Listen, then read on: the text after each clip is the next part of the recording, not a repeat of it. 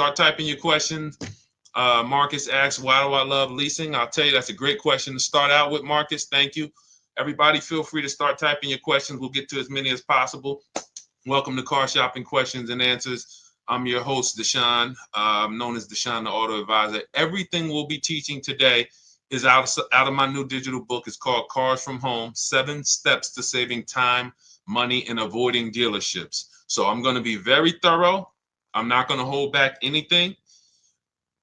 If you get to the point where we're going over so much info and you're like, wow, this is a lot, we break it down in a step-by-step way in my new digital book. It's already 5-star rated. You can Google it. And that book has helped hundreds and hundreds of people get to below market deals from home. You can get a copy of it as part of our welcome offer. It's normally $97, but as part of our welcome offer, you can get it in our TikTok bio for 75% off, or in our Instagram bio, or we have a comment in the Facebook and the YouTube comments for you. Activate your 75% off, but it's only good for 30 minutes. That's our welcome offer to you. For those of you who you like more of a, Deshone, let's work together. Can we do this together? Then certainly you can click those same links and click Shop with Deshone. See if you qualify for our Done With You program, where you'll be, instead of reading, we have step-by-step videos, and then we have a Facebook community where you can ask all your questions. Over 1,500 people in that community, and we do 2 coaching calls a month with me personally. So let's get to it. Let's start with Marcus's question, and just keep typing your questions, everybody. As I see more people come on, we'll keep giving you the shout outs as new people come on. All right. Marcus asks, why do you love leasing? The payments. The payments. Let me show you an example of what we call a below market lease. Now, we need to distinguish very early on, all leases are not created equal. You need to get a below market lease, which means you're finding the dealer that's going to sell you the car for the lowest amount. We do that through a bidding process. That's why our process is called Cars from Home. So by putting dealers against each other, many of you struggle with negotiations. I want you to step out of negotiating, and I want you to start making people bid. Create multiple offers. That's what we do. So when you're getting multiple offers, you're going to find the dealer that's going to sell the car at the lowest amount. Every dealer has a different price. Remember this. Don't ever think, oh, Nissan is expensive. I wanted an Altima, but Nissan's expensive. No. One Nissan dealer has a different price than another Nissan dealer, and then another Nissan. They all have different prices. So let me show you what a below market lease looks like, because that's all we care about. Here's an example. Let me tell you my story. First lease I ever got was a Pontiac G6. I worked for Pontiac. Some of you know I work for Pontiac, General Motors, and I work for Mercedes-Benz. I worked for Pontiac. I was 22 years old. I needed a car. I needed a newer car. And my sales manager came to me. I didn't even understand it. He said, hey, why don't you lease one? You know, and I had sold a couple leases. I just didn't understand how it worked. But I got a brand new $20,000 Pontiac. I was paying $256 a month. Now, I want y'all to think about this. We know a bunch of people who get their first car and they're paying $400, $500, $600 a month for a used car. Is that correct? Type $ if that's correct. Do we or do we not know a bunch of people? Hold on, I can't see everybody on Instagram. Do we or do we not know a bunch of people? Right? True, right? Okay. $400, $500, $600 a month. Now, at the time, that's what they were paying. Now we know people who are paying $700, $800, $900 a month. So it's gone up. But back then, I'm paying $256 a month. The thing about leasing is you're driving a brand new car. Okay. Yep. I see you, Olivia Bully. All right. So you're with me. Because here's the question he asked me. Marcus asked, why do you love leasing? First thing I answered him was very simple, the payments. That's not the end, though. What I get to drive. Brand new car. Every lease I've ever had, me and my wife have had, I think, 7 leases. We just got our 7th lease on an Infiniti QX60 SUV. So, and we purchased cars too. I've had cars we purchased. But here's the thing. All brand new cars.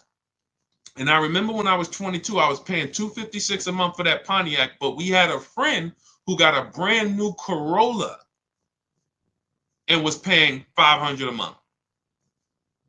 Did she get a bad deal? No. It's a $22,000 car, add taxes, 25, finance that over 5 years, that's a $500 payment. It's not that she got a bad deal. She was taught, hey, I want a car, I got to purchase it. So let me ask you, you're a young 22-year-old starting a family, you're driving a brand new car, you're paying $256 a month, another person driving a brand new car paying $500 a month. Who's winning? The lease or the purchase? L or P? L or P? Let's go, chat. Some of y'all know. If this is your first time here, type the number 1 because y'all going to get to know what we do here. Type the number 1 if this is your first time ever on a car shopping questions and answers stream with us. Arturo, good to see you. Rosa, good to see you. Shirley Johnson, good to see you. Jess, if this is your first time on the show with us, good to see you. Susan, all right. Eagles, I see you. Rosa, I see you. Lauren, good to see you checking in. Love, good to see you. All right, Olivia Blue, this your first time. Glenn Coop. All right. So for those of you, this is your first time, the way you get the most out of what we do here is stay by the keyboard. Stay by the keyboard because this is active. We're only here for about an hour and then we're out. We can go back to doing what we were doing, but God willing, you don't go back to car shopping the way you were car shopping. We can change the way you car shop on this stream, but you got to be tapped in. So that's the difference. The person who's leasing is paying far less. Now, let me give you an example of somebody like one of your peers. Forget about me. Look at somebody like, let's take Zafrina. Now, Zafrina got a 2024 Jeep Grand Cherokee. Look, $579 a month. $579 a month. This is a $66,000 vehicle. It's an electric SUV, $579 a month. Now, some of you know, every $5,000 on a car loan is how much per month? I don't expect any of you who this is your first time. Good to see you, PJE. Good to see you. 39, I see you. A lot of first-time people on here. But for some of you who know, you know what we teach. Every $5,000, Chuck Gibson, my man, good to see you. First time on YouTube. Thank you, Marcus. $100. So I want you to burn this into your head, everyone. Whenever you look at a car, every $5,000 on that price is about $100 per month. So when you look at a $20,000 car, and I want you to get used to associating the payment with the car without a down payment. Because if you go in like this, now you'll know how to control. No one can manipulate you. You look at that $20,000 car, you say, okay, that's going to cost me about $400 a month if I finance it, no money down. 5-year loan. Okay, $30,000 car, $30,000 loan, $600 a month. $50,000 car, $1,000 a month. See, this is if you purchasing. This is not leasing. Those of you who are purchasing, you need to have this rule in your head. So when you go in, good to see you, Dame Presley, Christina Mendez, a lot of people on TikTok checking in. When you go in, no one can manipulate you. See, you know how you get manipulated? You walk in, you look at that $50,000 car and you say, hey, get me the $600 a month on that. Now they know they can't get you the $600 a month unless they you're going to have to put a lot of money down or they're going to put you on like a 96-month loan and you're still going to put a lot of money down and you're still not going to be at 600. You don't know what the car cost. And when we look at leasing,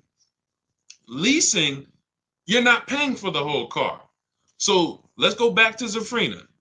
Zafrina is paying $579 a month, no money down for a $66,000 vehicle. That would normally be $1,100 a month. If she went in and said, okay, $66,000, how much is that vehicle if I wanted to get a loan on it, just purchase it, no money down? Because her lease she did with no money down. So we're working apples to apples. E.L. Harper, good to see you. They say, okay, it's going to cost you about $1,100 a month.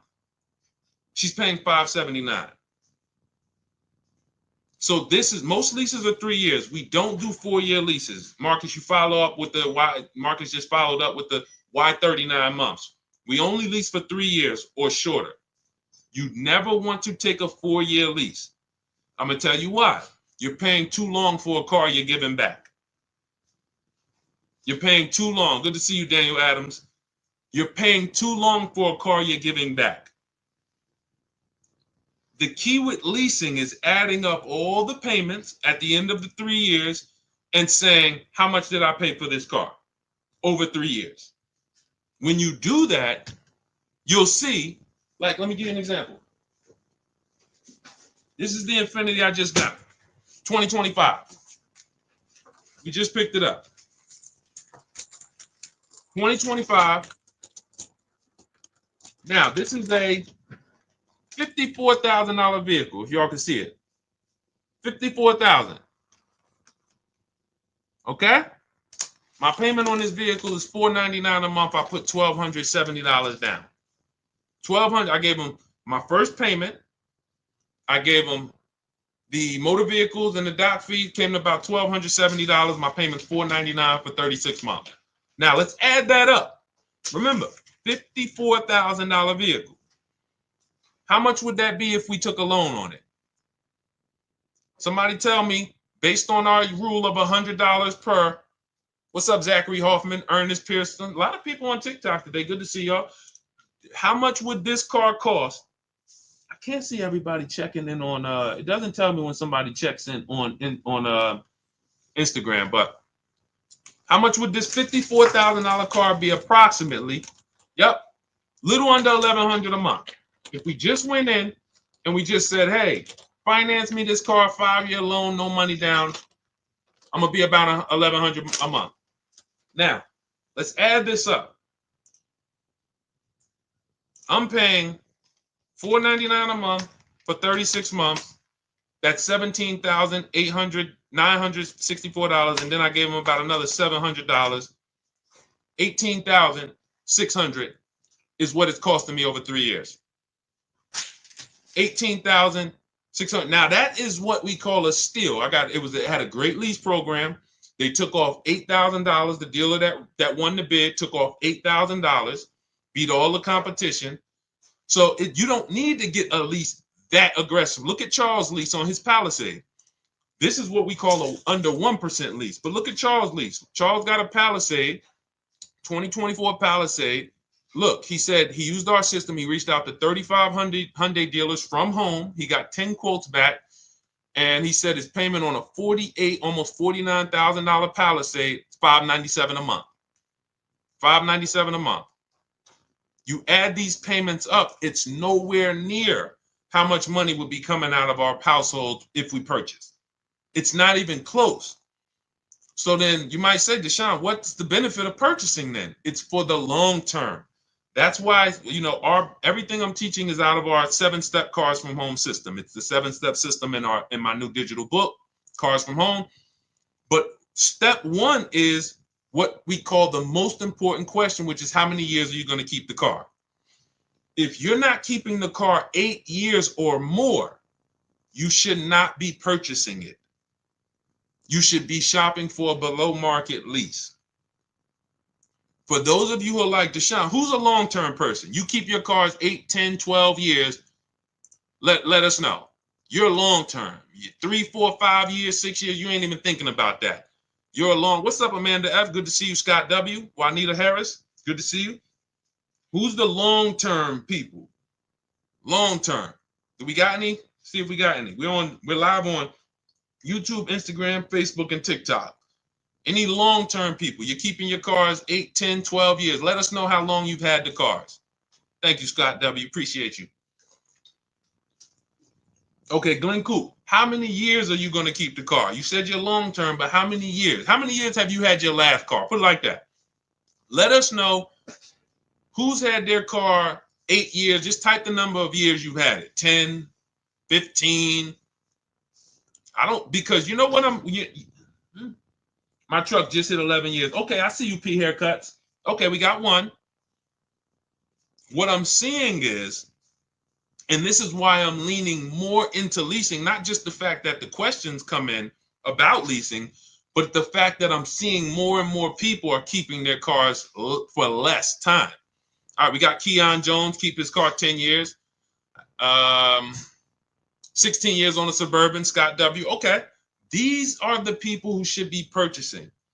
and you need the Glen Coupe has a 2015 Equinox. Okay, so you're approaching the 10-year. Yeah, you're right about 10 years. So let's consider this. Some of the rest of you are like, wait, I'm not keeping my cars anywhere near as long as these people. You are the people who should not be purchasing, because I just showed you the amount of money we're paying for these below market leases when you know how to shop. Now, if you're purchasing, you still need to get below market deals, because dealers are lying to y'all. 8 out of 10 dealers are still telling, hey, there's limited inventory and all of this, and this is why you need to pay these high prices. It's just a matter of you not knowing how to shop. That's what the Cars from Home system will teach you how to do. Make people bid, look at multiple offers. You still need to get below market deals. But if you are not keeping the car at least 8 years, you cannot win with a purchase. You can't win unless you're buying like Facebook Marketplace cars, $3,000, $5,000. Cool, that's a win. But if you're buying 15, 20,000 and plus vehicles that you're not keeping for 8 years, you're putting hundreds and hundreds of dollars a month into them. Not to mention repairs, warranty issues, all the things that you're like, it adds up, that you're not going to get back. That fortunately, people who get below market leases, we don't have to worry about any of this stuff. We're driving brand new cars, something goes wrong, we call the dealership, drop it off, they fix it, we go pick it up, and we have super low payments. So yes, benefits of purchasing long term, you pay off your car, you keep it long as possible until the wheels fall off. But if that's not you, you should only be interested in shopping for below market leases. Okay, we're clear? Everything that we're talking about is out of my new digital book, Cars from Home, 7 Steps to Saving Time, Money, and Avoiding Dealerships. It's normally $97. You can get it as part of our welcome offer for $24, but it's only for 30 minutes. That's our welcome offer. It's in my TikTok bio, Instagram bio, the YouTube comments, or the Facebook comments. And you can activate that. It'll be in your inbox by the time we end the stream, and you'll have everything we teach about how to get below market leases, new cars, purchases, how to get below market loans, high mileage driving strategies, bad credit. What do you do when you have bad credit? How does this plan change with bad credit? That's all in there. For those of you who are like, Deshone, can we work together? Can you walk us through this? We have our Cars from Home done with you. Click those same links, see if you qualify for that program. And then we have our group. When you see everybody, all of these people I'm posting from our Facebook group, same system. It's just 2 different learning styles. Some of you, you're a do-it-yourself person. Deshone, give me the blueprint. I will follow it to the T, and I will knock it out. We don't leave anything out. That's why that book has 5 stars. You can Google it, all on Goodreads. Thank you to everyone who's reviewed it and rated it. It's the master blueprint of do-it-yourself car shopping and doing everything we do. Those of you who are like, you're more of a done with you person, you want a community. We have 1,500 people in our Facebook group that's come before you, and you got people who've gotten multiple cars using our system in our Facebook group. Sheree just got her 4th car. Where is she at? She just got her 4th car. Look, graduated again. Look, turned in my 2022 CRV, got a 2025 Honda CRV Sport. This is the second go round of a lease. She's gotten 2 pre-owned cars. So look, Ken McGee. These are people who came in just like you, didn't know anything about shopping from home, and they just assumed based on what I was saying that we could lead them to success. And they came in, they followed a predictable system, and look, I graduated $585 monthly payment, no down payment, $49,000 Nissan Murano Platinum, almost $50,000 vehicle. He's paying $585 a month. There's people right now paying almost $1,000 a month for that same vehicle. $900 if they took a long loan, $800 if they took a 96-month loan. He's paying half of that. So this is about financial literacy with cars. So you can see if you qualify for our Done With You program. Let's keep the questions coming. And let's go. We got a lot of people on here. I want to make sure we get to as many as possible. What's a normal interest rate for a solo guy credit 700? It's a great question. We can't feel for the bottom with interest rates. No matter what interest rate you get, if you leave the dealership and someone was to ask, do you think you got the best interest rate? you're going to say, no, I don't know. I hope I did. That's why we use a strategy called the bank bidding war. Everything we do is a bid. The one thing that eliminates buyer's remorse is bidding. Why do you think we can buy a TV on Amazon in 10 minutes and not regret it? It's because we're seeing enough of the market. You go to on Amazon, then you pop over to Walmart, then you pop over to this, and you see in 10 minutes, you see, all right, this is the best price, right? Right? Type right if you understand that. Type right if you could. See, these are principles. What's up, Jerry Eric? Good to see you. Susanna, Callie Craig. See, that's how we have price assurance. Price assurance and lack of buyer's remorse comes from multiple offers. It's simple. So in order for us to say, all right, how do we make sure we don't have buyer's remorse when it comes to our loan, or when it comes to our trade-in, or when it comes to the car we buy? We need to make sure we see enough offers to know that we got the best. And notice, dealers are going to try to keep you from getting more offers. That's why they think you need to be there to do business.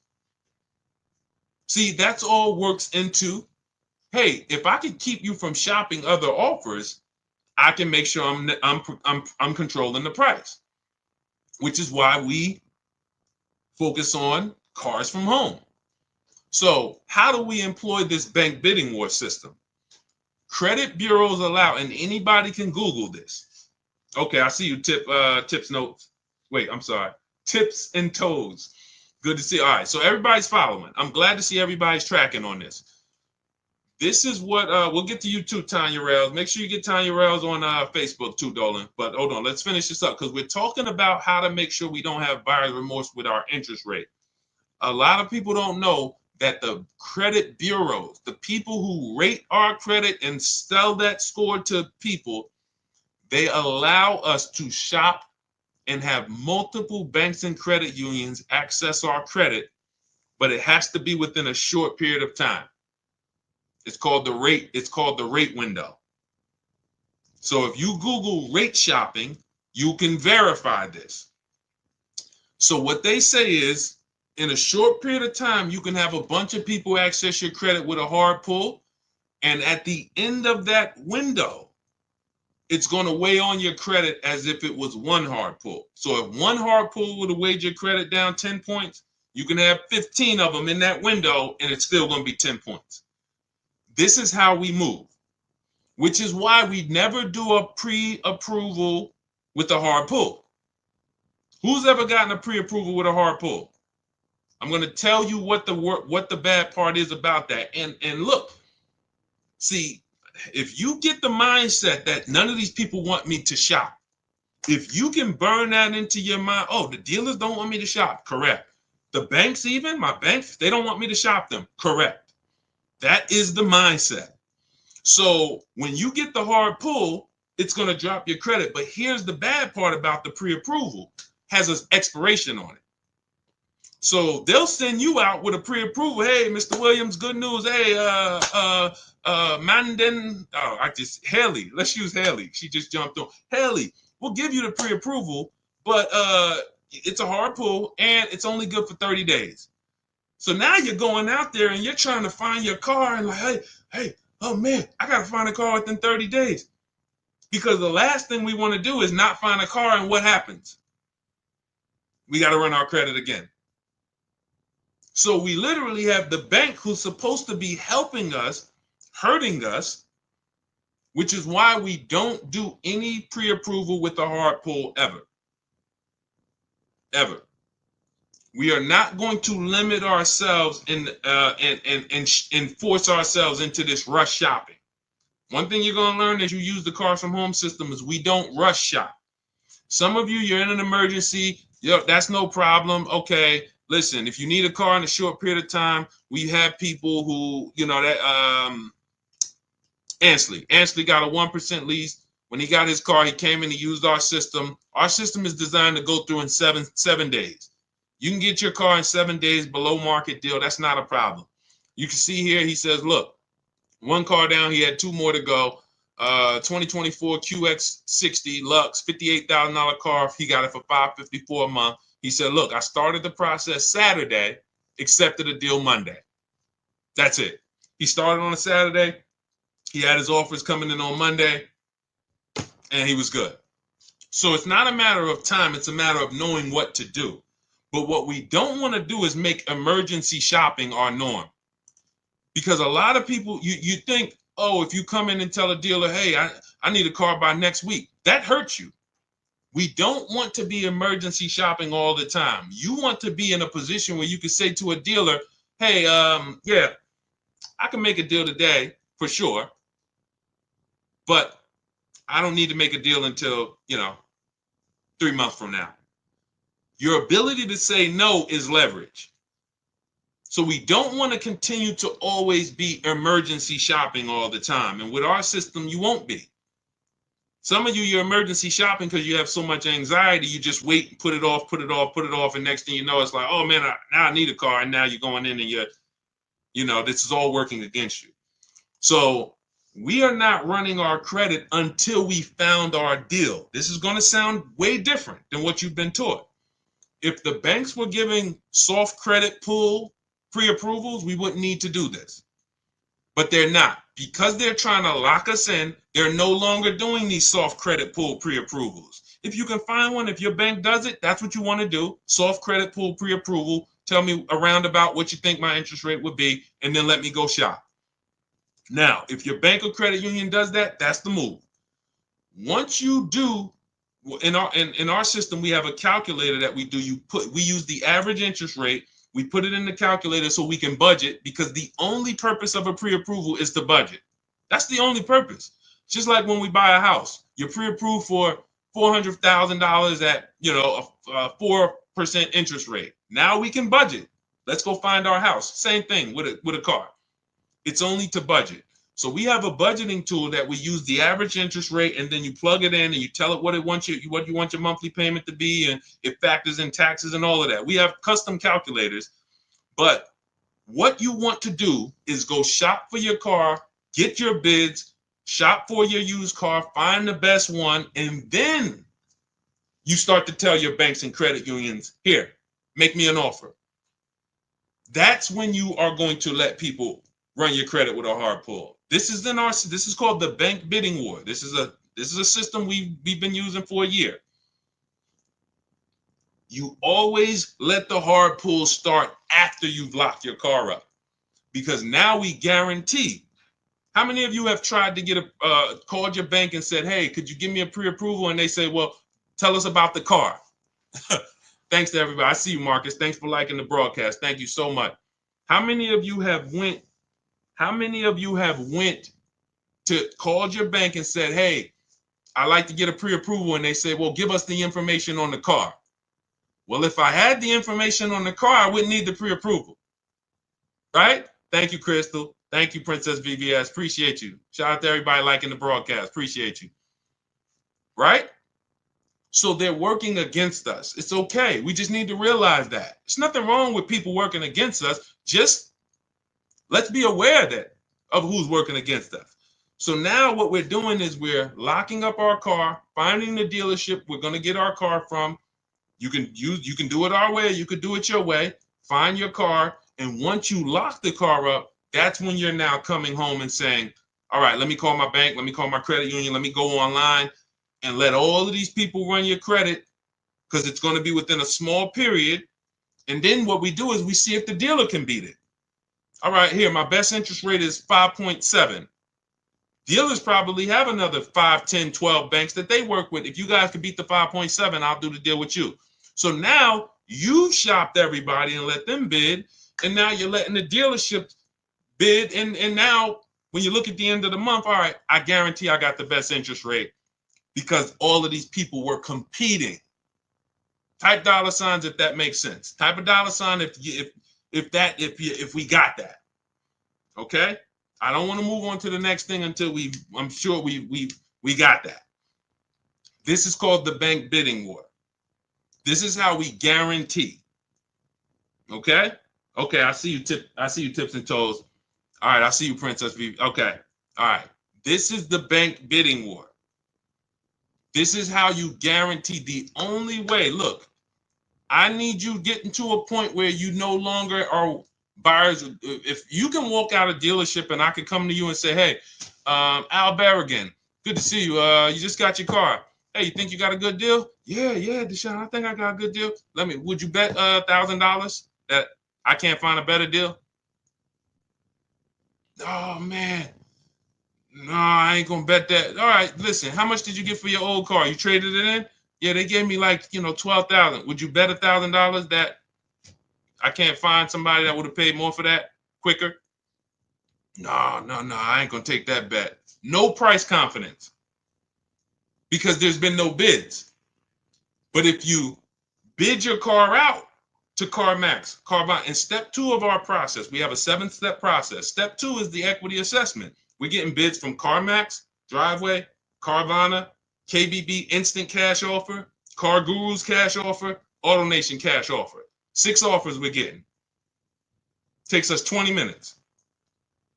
So now if he bids that out and you say, hey, you think you got the most money? Yeah, of course I did. Because I let all the people who buy cars make me an offer.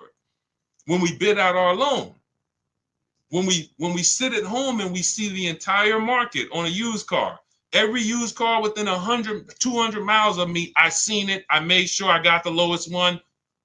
I'm shopping for a new car or at least I'm talking to 25 dealers in our system. We have something called the 25 to 5. We reach out to 25 dealers all online. We're not talking to these people. So those of you who are like, I don't like to talk to salesmen, we don't talk to them. I wrote all the scripts for you. You got all the emails. You just copy and paste them. We know everything they're going to say because I had to use those same scripts they used, and we keep the conversation going. When you get those offers, we're reaching out to 25 to get 5 offers. Price confidence. Price confidence always comes from bids. It's the only way. All right? Great question. Everything we're going over so far, everything I'm teaching is out of my new digital book. It's called Cars from Home, 7 Steps to Saving Time, Money, and Avoiding Dealerships. Saving time, money, and avoiding dealerships. It's normally $97, but as part of our welcome offer, you can get yours for $24. That's 75% off, but it's only for 30 minutes. That's our welcome offer. You head to my TikTok bio, Instagram bio, the YouTube comments or the Facebook comments. Once the timer hits 0, the price is $97, and it's worth every penny. That book will save you thousands and thousands of dollars as you use it. So it's not a question. But listen, if you get there before the timer is up, you got it for $24, and it'll be in your inbox by the time we end the show.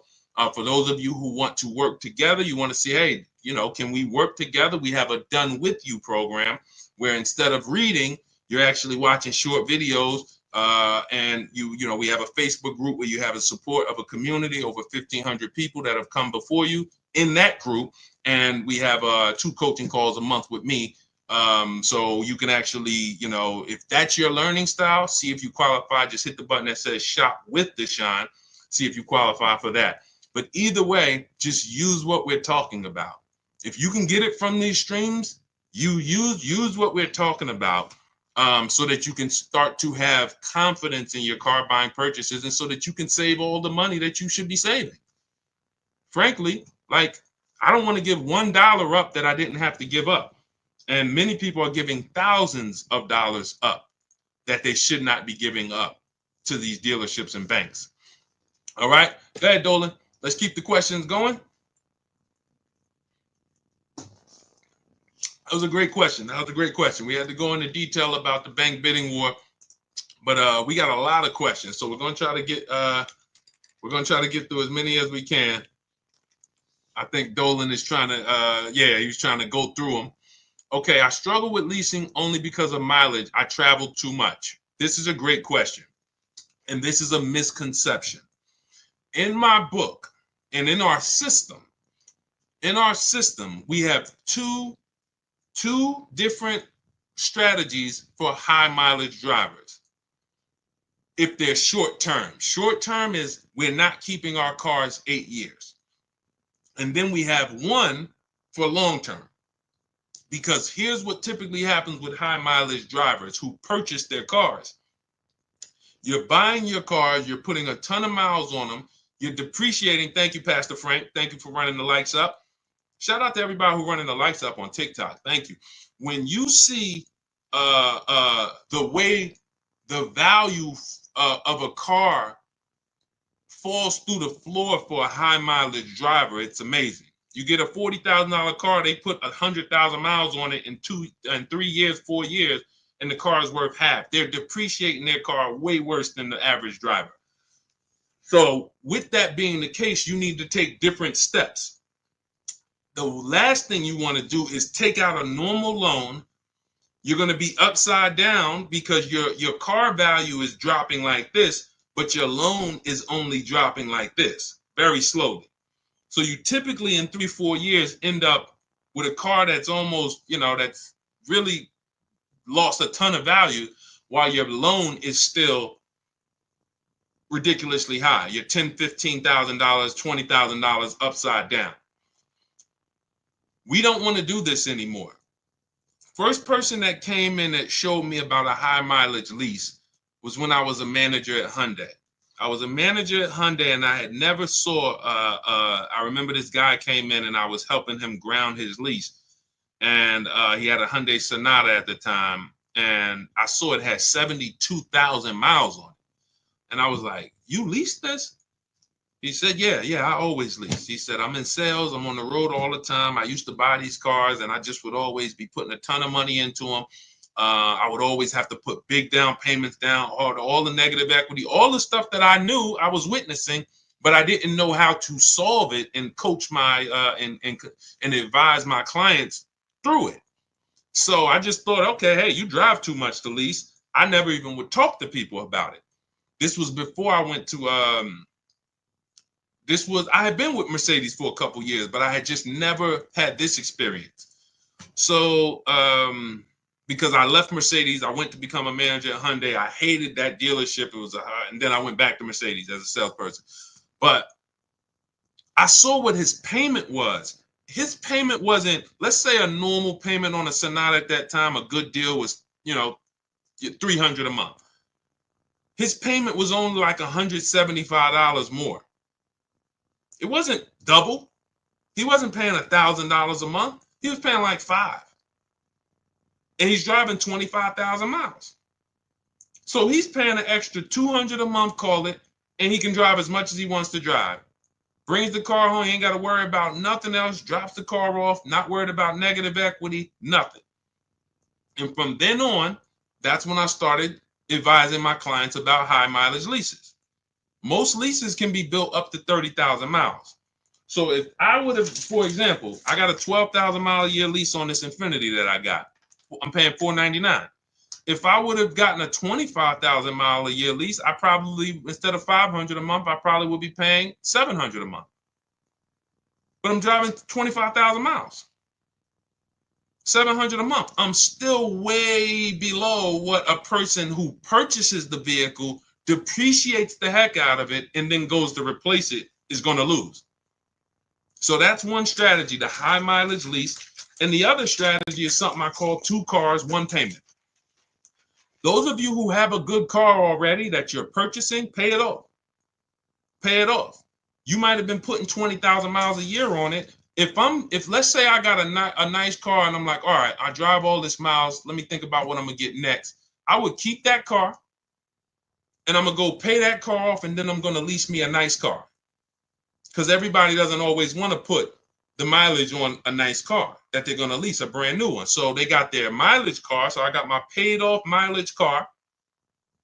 I no longer need to drive 20,000 on this every year. I might drive 10 on this and then lease and put 10 on that. I only got 1 payment because this one's paid off. So I got my nice brand new lease and I got my mileage car. And I'm going to drive the mileage car until it doesn't drive. Good to see you, Vibe with Tamika. Good to see you checking in. Cody, good to see you. Candace. So this is this is strategy. In our system is tons of strategy depending on who you are. But if you now look, let me just tell you this. You might say, Deshone, I keep my cars 8-10 years. This is the same question we're talking about because we spent the early part of the stream talking about leasing, and we had a question. We also talked about shopping for interest rates. but then a person said they struggle with leasing because they think they drive too much. But at the end of the day, what you got to understand is it goes back to rule number one, which is the first step in our process, is how many years are you keeping the vehicle? If your question is more than 8, thank you, Vibe with Tamika. Shout out to the sharers. If your answer is more than 8, you don't need to lease. Doesn't matter how much you drive. Leasing is for people not keeping their cars 8 years. Does not matter how much you drive. If you're going to keep the car 8, 10 years, put 20,000 miles on it. Just go find a car that is capable and quality and goes the long run. I'll buy a car if I was, 20,000 miles a year, 25,000 miles a year, put 200,000, 300,000 miles on it, and just replace the car after a while. I get up one day, the car is not going to start. Man, it got 300,000 miles on it. I'll go get me another one. No reason to lease. But if you're not keeping 8 years, you should not be shopping for a purchase. Below market purchases, below market leases. Below market purchases are for people keeping 8 years or more. Below market leases are people not keeping 8 years. Very simple rule. And it's a rule. People who are in cars from home, the people who use our system, the people who learn from us, they know this is a rule. We don't break it. We don't break it. All right. Niche, good to see you checking in. Alex Kuya, good to see you. Call me Meister, good to see you. A lot of people checking in today on TikTok. All right, let's go. Let's get a couple more in. We got some more time. Let's get to as many more as we can. Type your questions. We will try to get to as many more. Let's not forget Tanya. Oh, wait a minute. Tanya, what about the extra mileage you made go over? Okay, hold on, Dolan. Okay, wait a minute. We'll do this one, and then we'll bring up Tanya's question from Facebook. I bought my lease out. Was this a mistake? In many cases, it was. And I'm going to tell you why. All right. When you buy, how long is the average lease? Type the number of years. I think many people know this, especially some of you who lease. How many years is the average lease? Let's go. Type. All right, Veronica Christian. Yep. 3. Exactly. When you look at the average lease and then you say to yourself, let me tell you a story. Tips and toes. Let me tell you a story.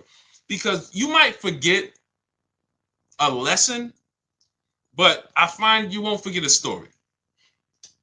I'm at the dealership. I'm at Mercedes, right? Person walks in. They're like, I'm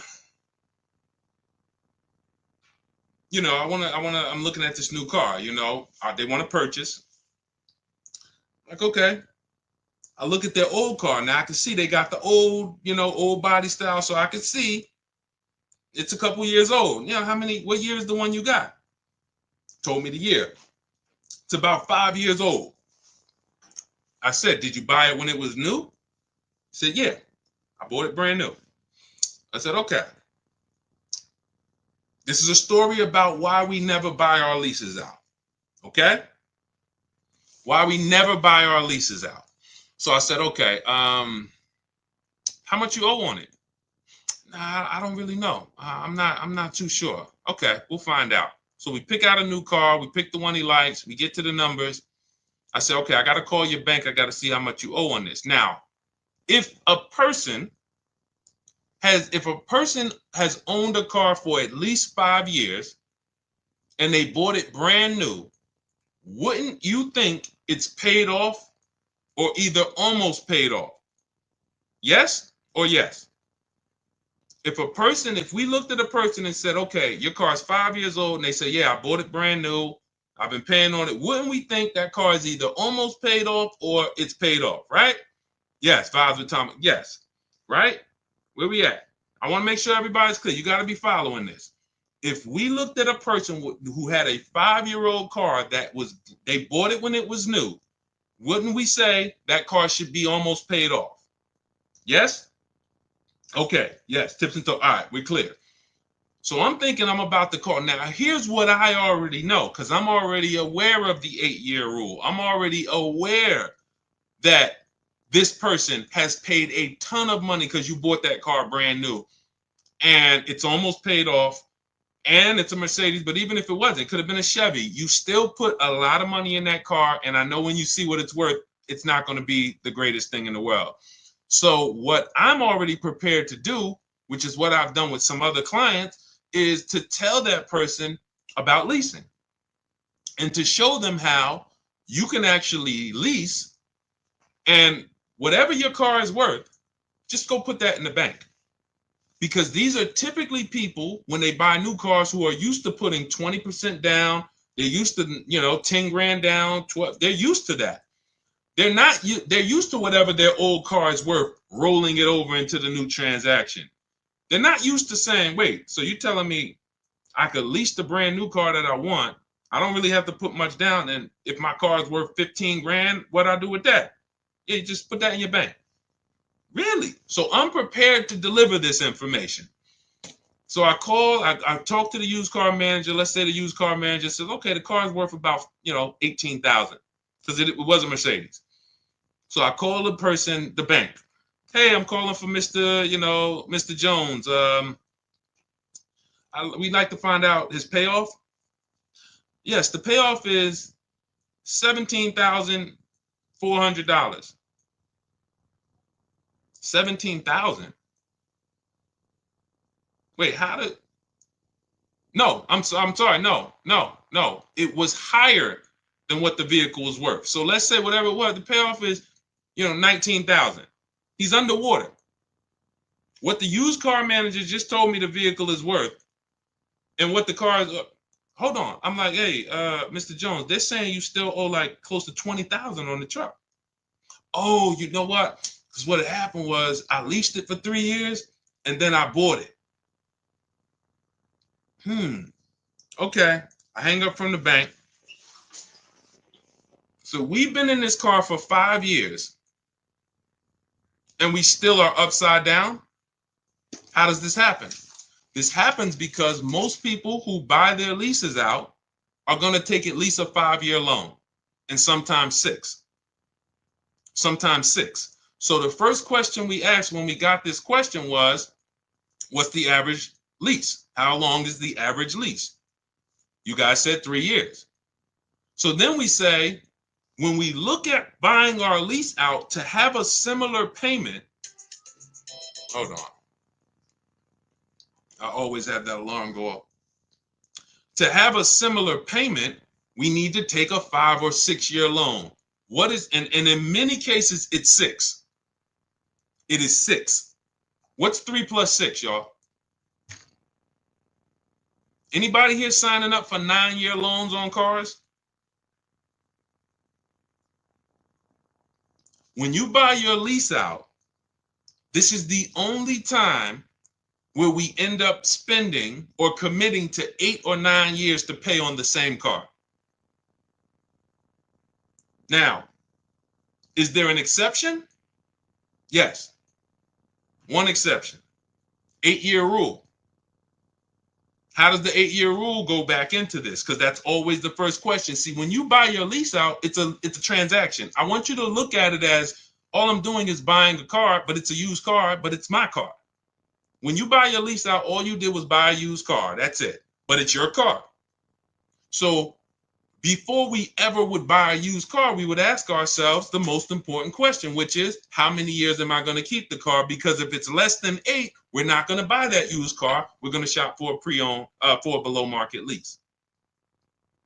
So if you said, all right, I'm going to buy my lease out, and from the day I buy it, I plan to keep it at least another 8 years, then go ahead, buy it.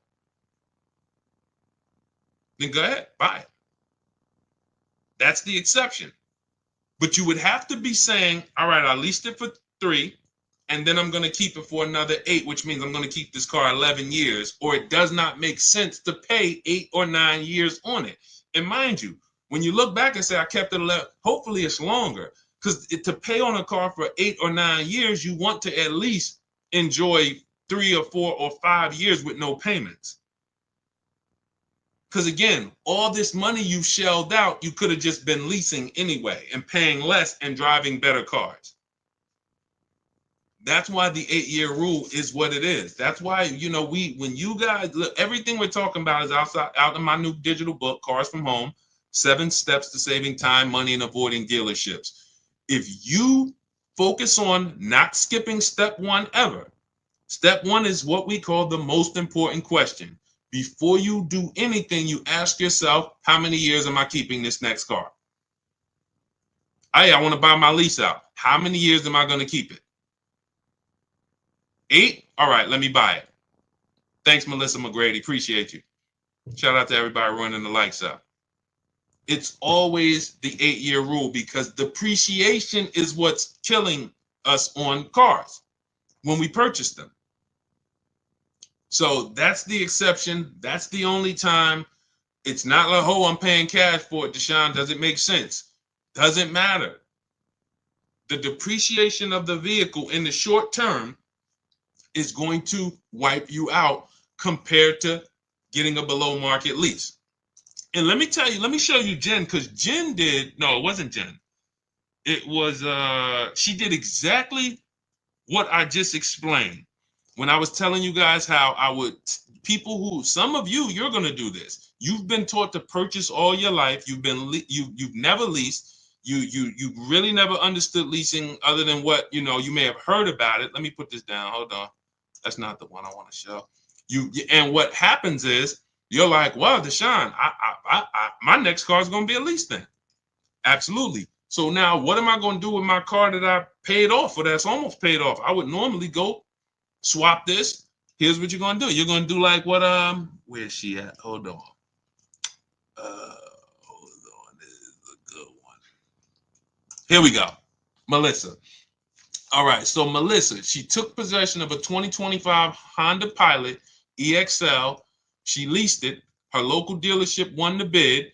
And she said she got her offers that we teach in the equity assessment. Her highest offer for her old car, which was a Kia Sorento, 2018 Kia Sorento, was 12 grand.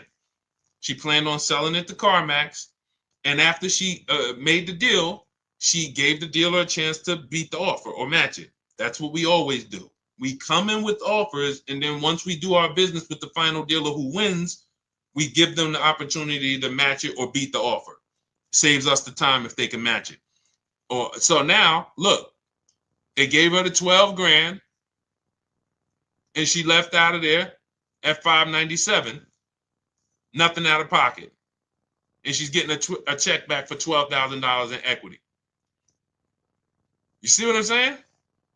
She got her brand new Honda Pilot EXL, great payment, no money down, getting a check for $12,000. That's exactly what this last 10 minutes we talked about was about.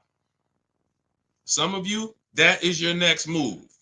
Instead of going in to trade that vehicle that you would normally trade and buy another one and go into another loan for 5 or 6 years, you're going to keep that. You're going to do the equity assessment, CarMax, Driveway, Carvana, KBB cash offer, AutoNation cash offer, Car Guru's cash offer. Get those 6 offers. Take you 20 minutes. That's going to tell you what your car is worth. And then you're going to prepare to sell to them. That's step 2 in our process. But now before we can sell to them, we're going to move into shopping for our replacement car. Once we get our bids and find the dealer who's going to win the bid, now we go in. Hey, I'm getting a car from you. Hey, I'm going to sell my car to Carvana. Can you match it? I'll sell it to you. Oh, yeah. No. Oh, no, we can't match that. They're paying too much. Perfect. I'll pick up my car from you, sell my car to Carvana, put that money in my bank. Now I got this nice low lease payment with no money down. And this is the win. That's going to be your favorite car deal. You'll do that over and over again, but you'll never do that again. You'll never cash out a purchase to a lease again because you're going to know from now on, I'm not purchasing unless I'm keeping long term, and I'm not leasing unless I'm keeping, less than 8 years.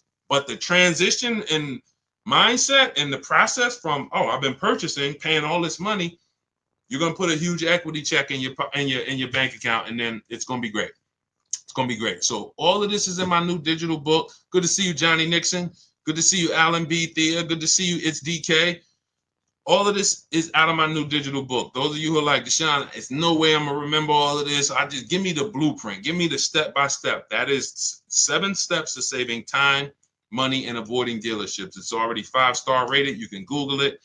Thank you to everybody who's reviewed it. It's normally $97, but as part of our welcome offer, you can get yours for $24, but it's only for 30 minutes. You go to my TikTok bio, my Instagram bio, click the picture of me, or YouTube comments, Facebook comments. We have a link there. When you click that, activate your 75% off and get your book for $24. It'll be there. You have everything we teach about below market leases, how to get below market purchases, below market used cars, bank bidding war. It's all in there step by step. So you just follow each step, check off each step as you do it.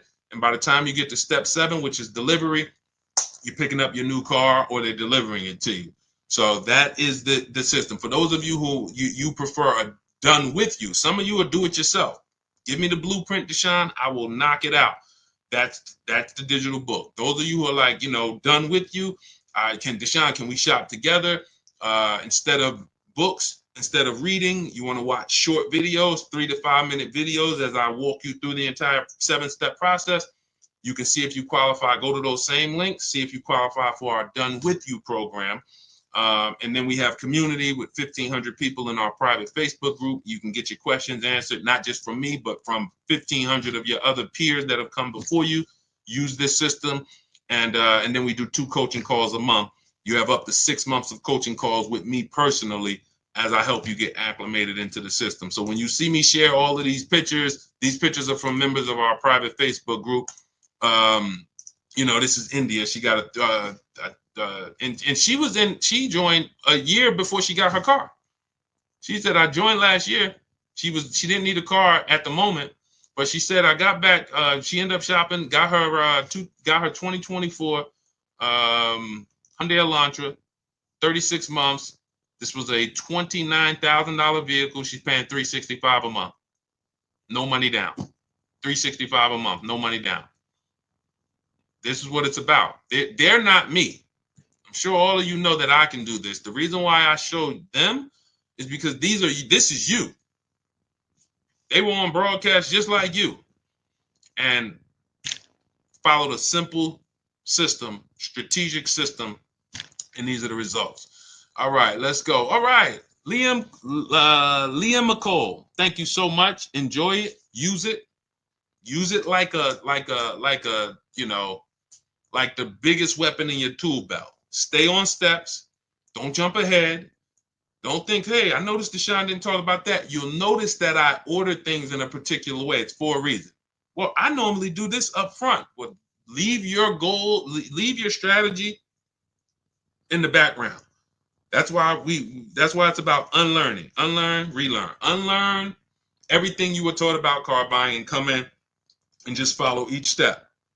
And when you get to the goals, you'll be like, okay, I see. Oh, wow. All right. I see why we do that here and not back there early. Tanya Rels, good to see you. Tanya Rawls, what about the extra mileage you may go over? My friend ended up paying an extra $3,600 for mileage. Now, this happens a lot. Who's heard of a case like Tanya's? Who's heard of a case where people leased, or maybe it was you, and you didn't get enough mileage, or they didn't get enough mileage, and they end up getting penalties? Who's heard of that? And they'll swear off leasing. See, that's what I'm gonna just buy it. And sometimes they buy the car. That's a bigger mistake. Oh, I went over mileage by 15,000 miles. I'm gonna just buy it. Horrible mistake. Financially, horrible. But here's what happens. In step 3 of our process, this is where we're structuring our deals.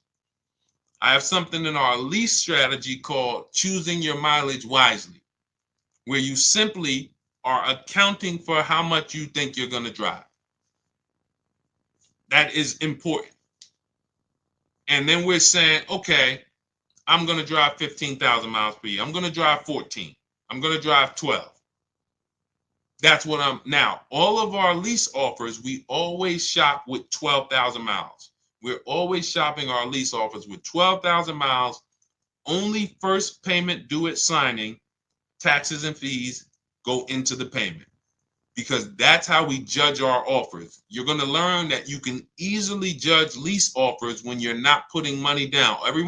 When you have a dealer who says, all right, put $3,000 down, you're at $480 a month.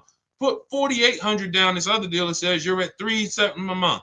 This other dealer says put $2,200 down. No, all of you work with just first payment so that we're all working apples to apples. And that allows us to judge whether it's a 1% lease, where our payment is 1% of the MSRP or less, and then up to 1.5%. We haven't talked about the 1.5% rule. That's our threshold of when we're now overpaying for a lease. When you go over 1.5%, you're overpaying for the lease. It doesn't make financial sense to lease that vehicle. So what happens is people will know they don't drive 10,000 miles per year, but they're in a dealer and they're working a lease deal, and the dealer is like, hey, well, your lease payment's going to be $490 a month. And they're like, okay, well, I need to get to like 400. And they're like, well, you can't get there with the 12,000 miles. Or they know they drive 15. You can't get there with 15,000 miles. Okay, how much if I do the 10? Never ask these questions. These questions should never be asked. You drive 15,000 miles per year, right? Yeah. So why would you be considering a 10,000 mile a year lease? To save $40? To go from 10 to 12 is 20, 25 bucks. To go from 12 to 15 is 25, 30 bucks.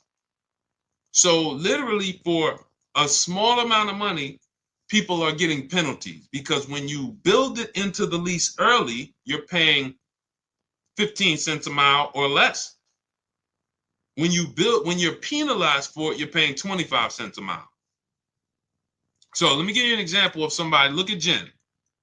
Jen knew she needed 18,000 miles per year. Now, we always shop, as I said, with 12,000 miles. Where's Jen at? Her smiling face always sticks out. Here you go. All right. Now, Jen knew she needed 18,000. We always shop with 12, whether you need 10, whether you're doing a low mileage lease on an exotic car. I don't care if it's a McLaren. You might say, Deshone, I want to do the 5,000 mile a year lease. Okay. We're always shopping with 10. If you do 25,000 miles, we're always shopping with 12 rather.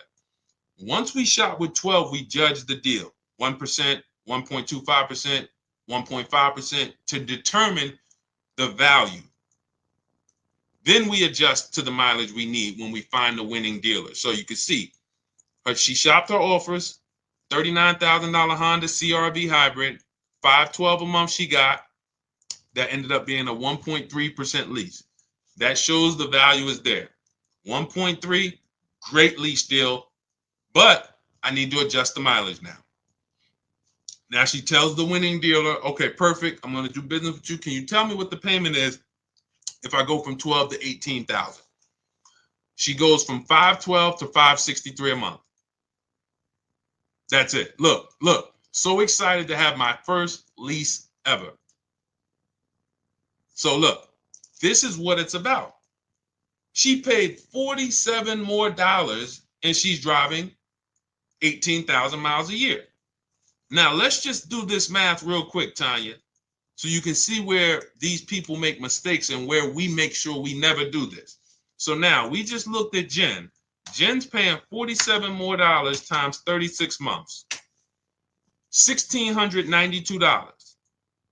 That's what it cost her over 3 years to drive all the mileage she needs, $1,692. Meanwhile, thank you, Mr. Lieber. Good to see you. Thanks for running the lights up. Meanwhile, if you look at somebody let's say Jen would have been doing what a lot of people do and said, well, I know I need 18, but thank you, Mr. Lieber. You sharing that. Thank you. I need 18, but I'm gonna stay at the 512 payment. Now, instead of she still drives 18. That's 6,000 miles more per month, per year, 6,000 miles. So over the course of 3 years, her lease, she's gonna go over by 18,000 miles, and her penalty is going to be 25 cents per mile. $4,500. Type dollar signs if you understand. That's what people are doing. To avoid paying $1,600, they're paying a $4,500 penalty. So your friend could have literally probably paid $35 more per month, gotten all the mileage they needed, returned the lease, didn't have a penalty, went and leased their next vehicle, perfect. But instead, they settled for less mileage than they knew they needed. And now they got a $3,600 mileage penalty. That's why we have a section, choose your mileage wisely. That's what it's about. Okay? I'm glad everybody got that. So everything, listen, everything. If we ever share something and I'm talking about it, I'm like, okay, this isn't in my book, I'll let you know. If I'm ever like, hey, this isn't in our system, I will let you know. Everything we have discussed on this stream is in my digital book, and stuff that we didn't discuss so far is in my digital book, Cars from Home, 7 Steps to Saving Time, Money, and Avoiding Dealerships. Normally $97, but as part of our welcome offer, you can get your copy for 75% off. That's $24. If you can get to our TikTok bio, our Instagram bio, the Facebook comments, or the YouTube comments, click that link before 30 minutes is up. That's your welcome offer. You'll get it for $24, 75% off. It'll be in your inbox, and you'll have those strategies to use step by step, nothing left out. Okay? And make sure when you get your book, you screenshot the thank you page, just in case some of you type your emails wrong. You don't realize you're typing quick. You're trying to not make sure you don't miss the 30 minutes, and you type your emails wrong. Make sure you screenshot our support team's email. If you don't see that email in 5 minutes, make sure you check your junk, check your spam. If you don't see that in about 5 minutes, just email our support team Monday through Friday. They'll get you your book. But it's usually, we have a great system. They get there. If you misspell it, that's the only reason it's not there. So anyway, for those of you who are like, Deshone, can we shop together? Do you have a more of a kind of an immersive experience where you guys are walking me through this? That would be Cars from Home done with you. You can click those same links in our bios or in the comments and click the button that says shop with Deshone. See if you qualify for that. If you do, instead of reading, we're doing short videos, step by step, 3 to 5 minute videos. You can do them on your time, and they're designed to get you to where both systems are designed to get you there if you need a car in a week. So it's not a matter of time. If you need a car in a week, what you need to know is what to do exactly. You don't want to be under the gun and not knowing what to do. Give me a checklist that I can operate under. So even if I'm in the rush, at least I know I have a checklist to get me through. So I'm not going to make a mistake. So, but for those of you who want to see if you qualify for the done with you, then we have our Facebook group where you can ask questions. For those who like, hey, you like community, you like support. You're not a do-it-yourself person. You're more of a done with you community person. We do coaching calls twice a month on Zoom for 6 months. You have access to the coaching calls with me to make sure you get this system to the T. And either way, I don't care how you get it. I don't care if you get it with the done with you. I don't care if you get it from our book. I don't care if you get it from, if you got everything you needed from this stream, Deshone, I got what I needed. Go execute it.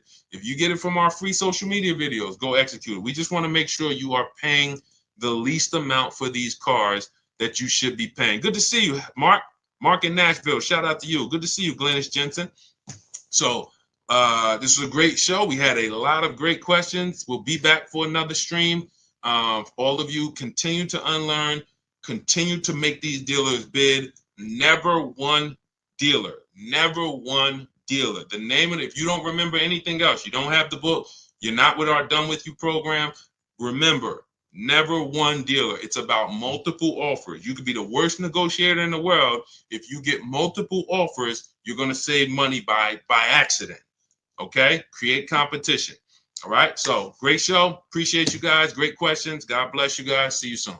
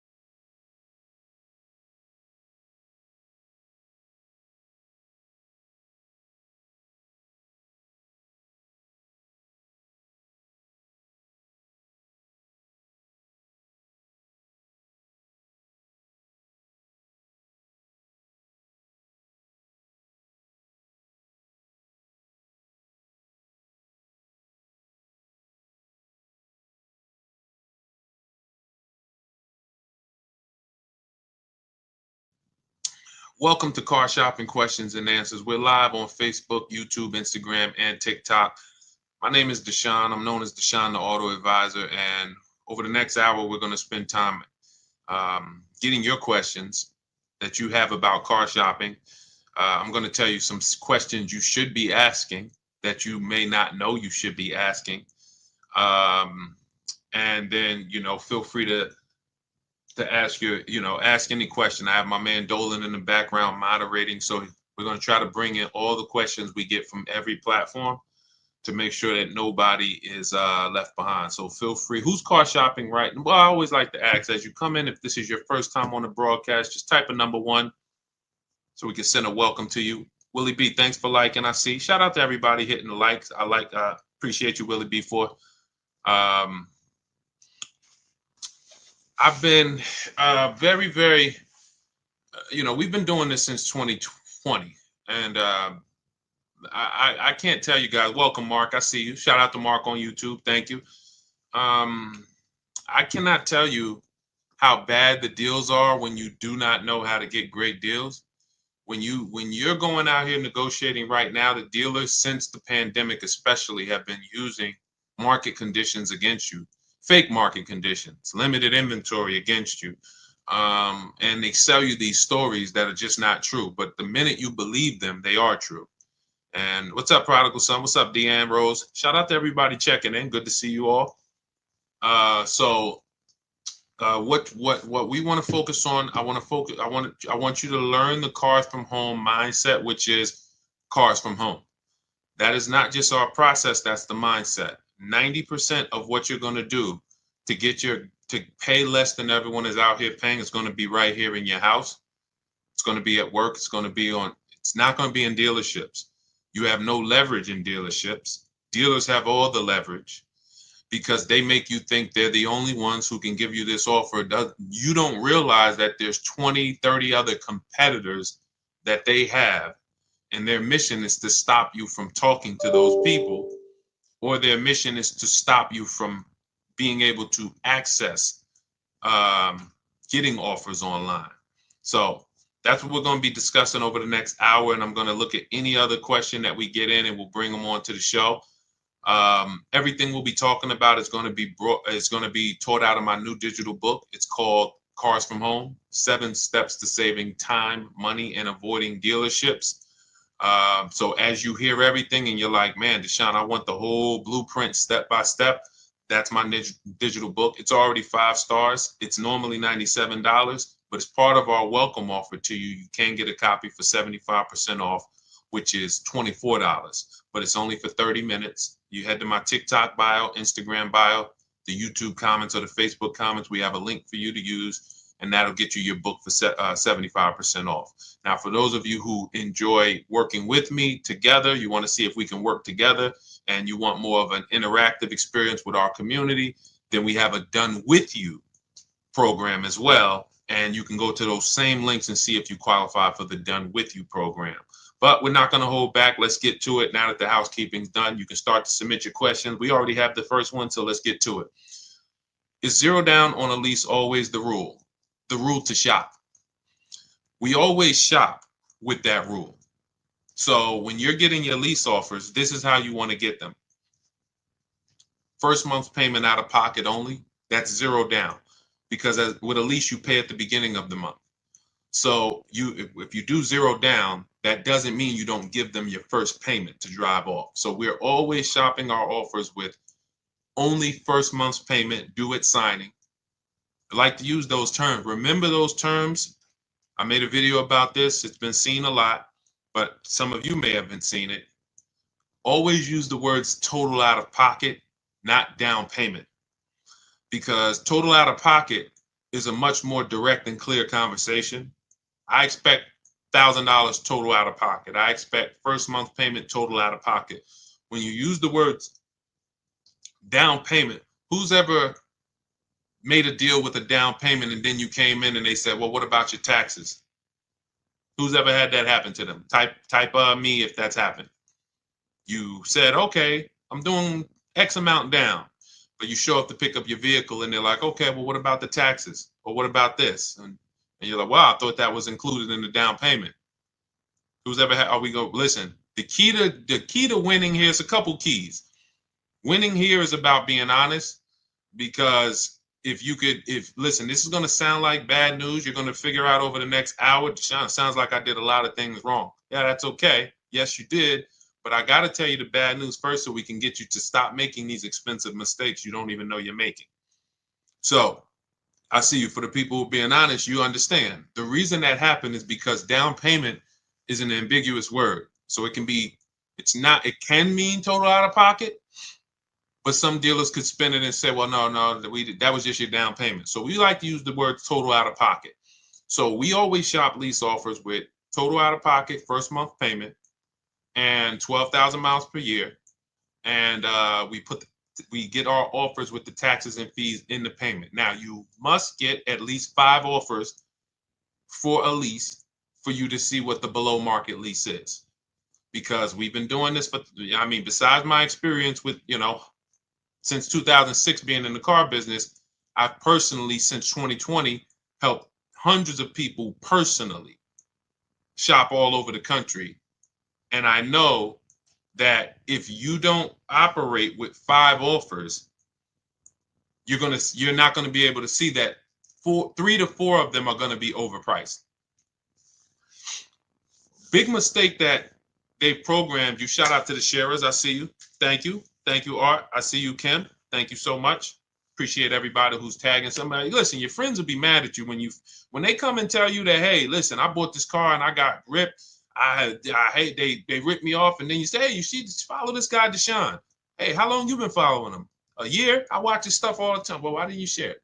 So share with your friend so that we can protect these friendships. Because when people lose on cars, they get very mad. So we want to stop them before they actually go make these mistakes. But that's what you want to do. You need to shop your offers with first month's payment, put the taxes and fees in the payment, get your offers, and you need to get at least 5, because then you're going to see, wow, 3 or 4 of these are overpriced by a lot. So, when you hear people say, oh, I got a quote from Nissan, they're expensive. No, that one Nissan dealer is expensive. You need to get another quote from a different Nissan dealer, which is why everything we do is from home. Because most of you are like, oh man, Sean, I got to drive from dealer to dealer to dealer. No, we don't do that. We make our deals in literally 90 minutes, 2 days, a couple days from home, couple hours from home. And that's how we're able to talk to multiple dealers at once. And we don't even, if you're using the Cars from Home system, you're not even talking to dealers, because I wrote all the email templates that we use to communicate with multiple dealers on their websites and inside their dealers. So we're not even talking verbally to them. Everything is being typed. What's up, Kelly? Good to see you, Hudson. K Swish, shout out to the people checking in on TikTok.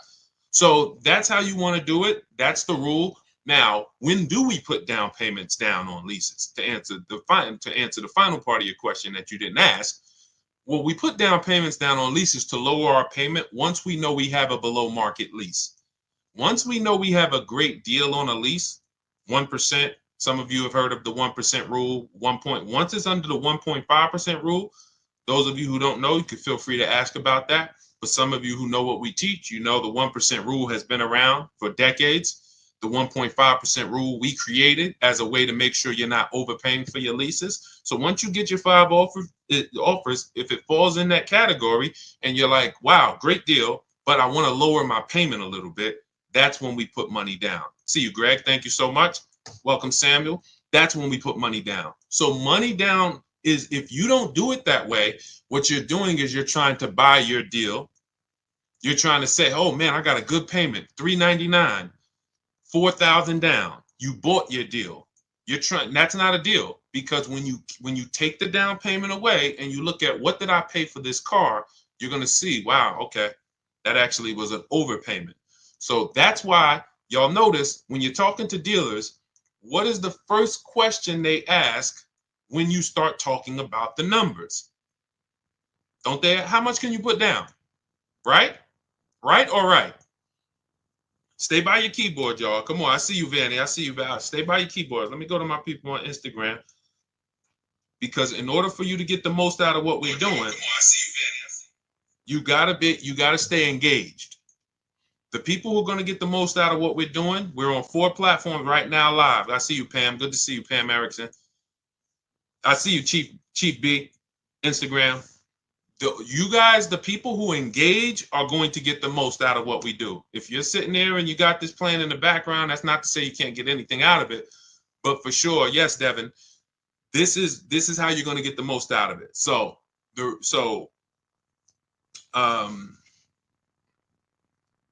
Yes. Okay. Yeah. I'm just watching the comments. So the 1.5% rule just says that if you're the 1% rule. Somebody asked what's the 1.5% rule on Instagram. So being that all these questions, this person who asked this first question, my answers to that has created secondary questions. Let me just answer that, and then you guys can type your questions if it's unrelated. If it's like, okay, Deshone, I want to know about used car shopping. Deshone, I want to know about getting a loan, financing, bad credit, whatever. Then you can ask that. But I just want to finish this since we're talking about this subject. We don't buy our deals. We must get a great deal before we put money down. And in order for us to do that, we shop with no money down. So we have to shop with no money down, analyze the deal.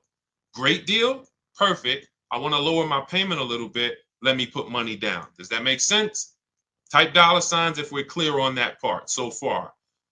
Then we're going to, now let's talk, type $, because then what we're going to do is we're going to talk about the analyzing of a great deal. Good to see you, Bike Life.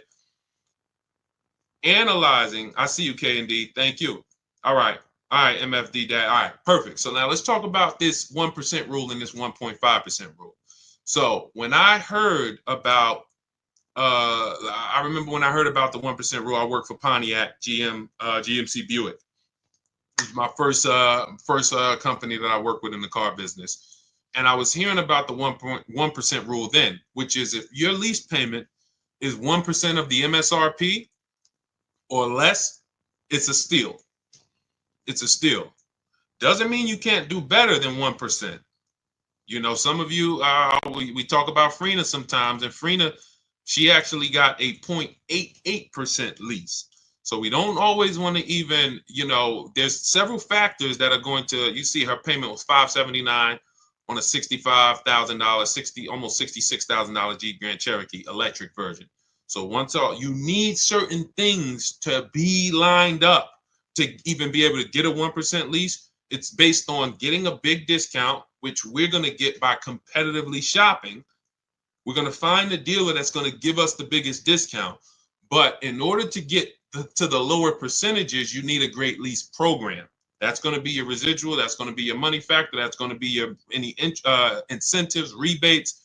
We don't know any of this stuff before we shop for the vehicle, because I know what some of you are thinking. Deshone, how do we know those vehicles? You don't. Frina didn't know that when she was shopping for that Jeep, it was going to come in at 0.88.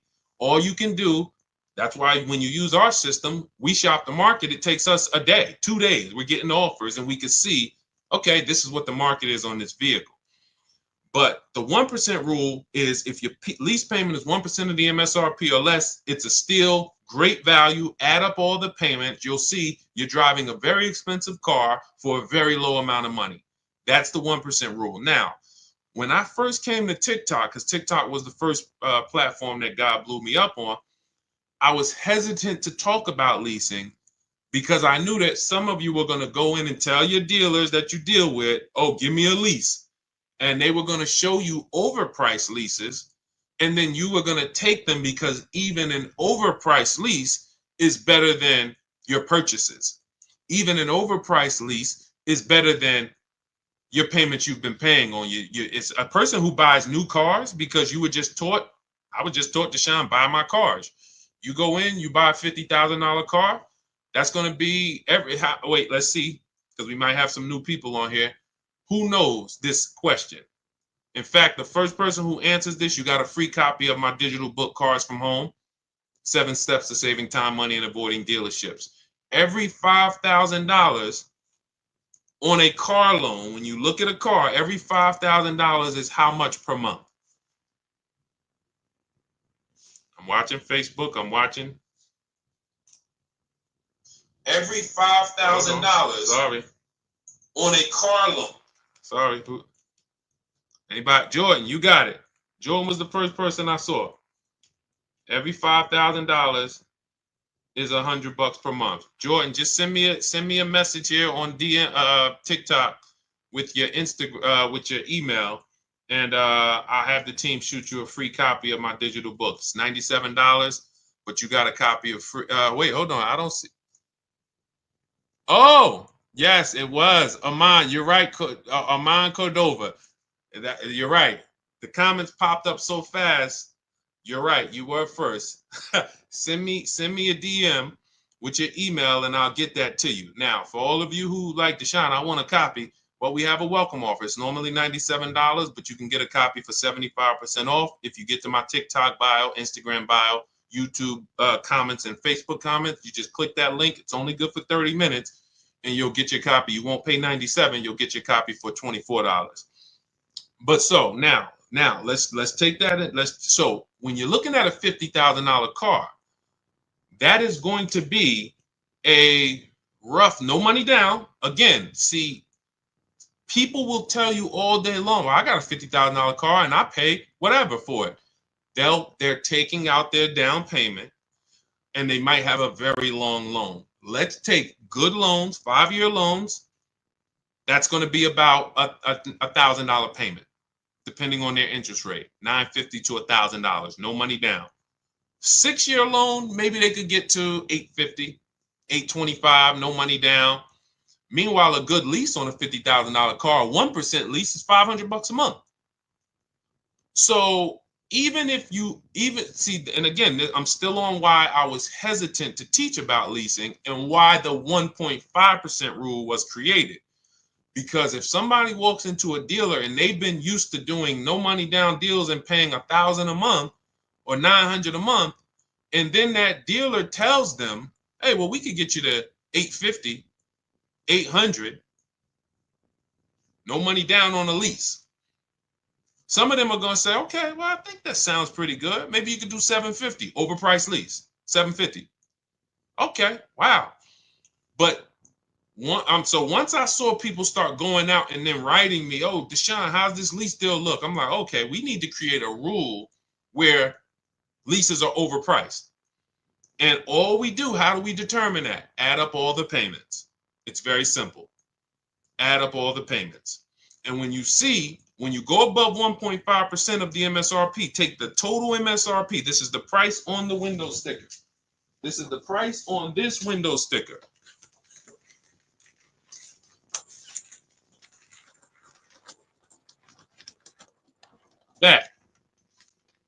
That you're taking this price right here, total MSRP. This is a vehicle that I just got. I just got this vehicle, 2025 QX60. I'm paying $499 a month, and I put $1,270 out of pocket. 1% lease. I didn't get it negotiating. It didn't take me battles with dealerships. I made the deal from right here, the same way I want you making deals. Now, when your payment is over 1.5%, and again, why was this able to be here? Well, I had a loyalty rebate because I have an Infiniti. They took off $8,000. They had rebates, and they had a good lease program. That combination created a 1% lease for me, under 1%. Now, let's say a brand doesn't have as many rebates. All right, with a great deal, maybe 1.2, 1.3. Let's say a brand has more demand, less discounts. All right, 1.4, 1.5. But the minute you start paying over 1.5 for a lease, you're now paying too much money for a vehicle that you're giving back in 3 years. Makes no financial sense to do the deal. So that is where the 1.5% lease deal came from, the rule came from. And, so if that answers your question. Welcome everybody who just jumped on. I see the people are starting to come in. Keep typing your questions. Dolan, we could bring the next one in because I see a lot of questions coming in. So let's keep this thing moving fast as possible. We don't worry about money factor and residual. That doesn't matter. You can't control those things. So the way you can, again, we're getting follow-up questions. Keep that question up. Somebody has a question about purchasing with bad credit. But what the reason why you don't worry about those things is because you can't control them. You can't control if a dealer's marking up the money factor. See, again, all of this is revealed by multiple offers. If you come into my dealership when I was there, if you worked, I worked at Mercedes. If you come in, okay, Deshone, what's the money factor? All right, it's 0.00270. How do you know if that's true or not? You don't. You can't go shop me against your bank. You can't go say, well, I'm going to use my bank to get the lease. You can't. So there's no point in you worrying about things you can't control.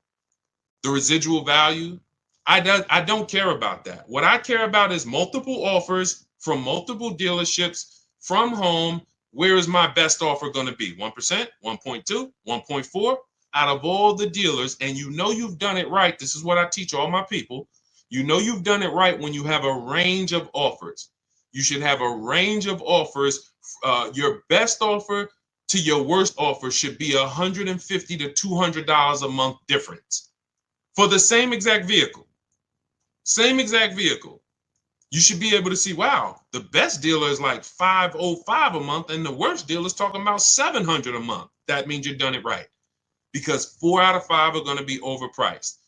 But everyone I teach who've gotten deals, when you look at, some of you on TikTok, you can't see this, but if you watch the replay on Facebook or Instagram, you'll see a bunch of people that we share all the time in my groups. They send me their deals, and we can see, look, 1%, $10.50 a month. Somebody just got a Yukon XL.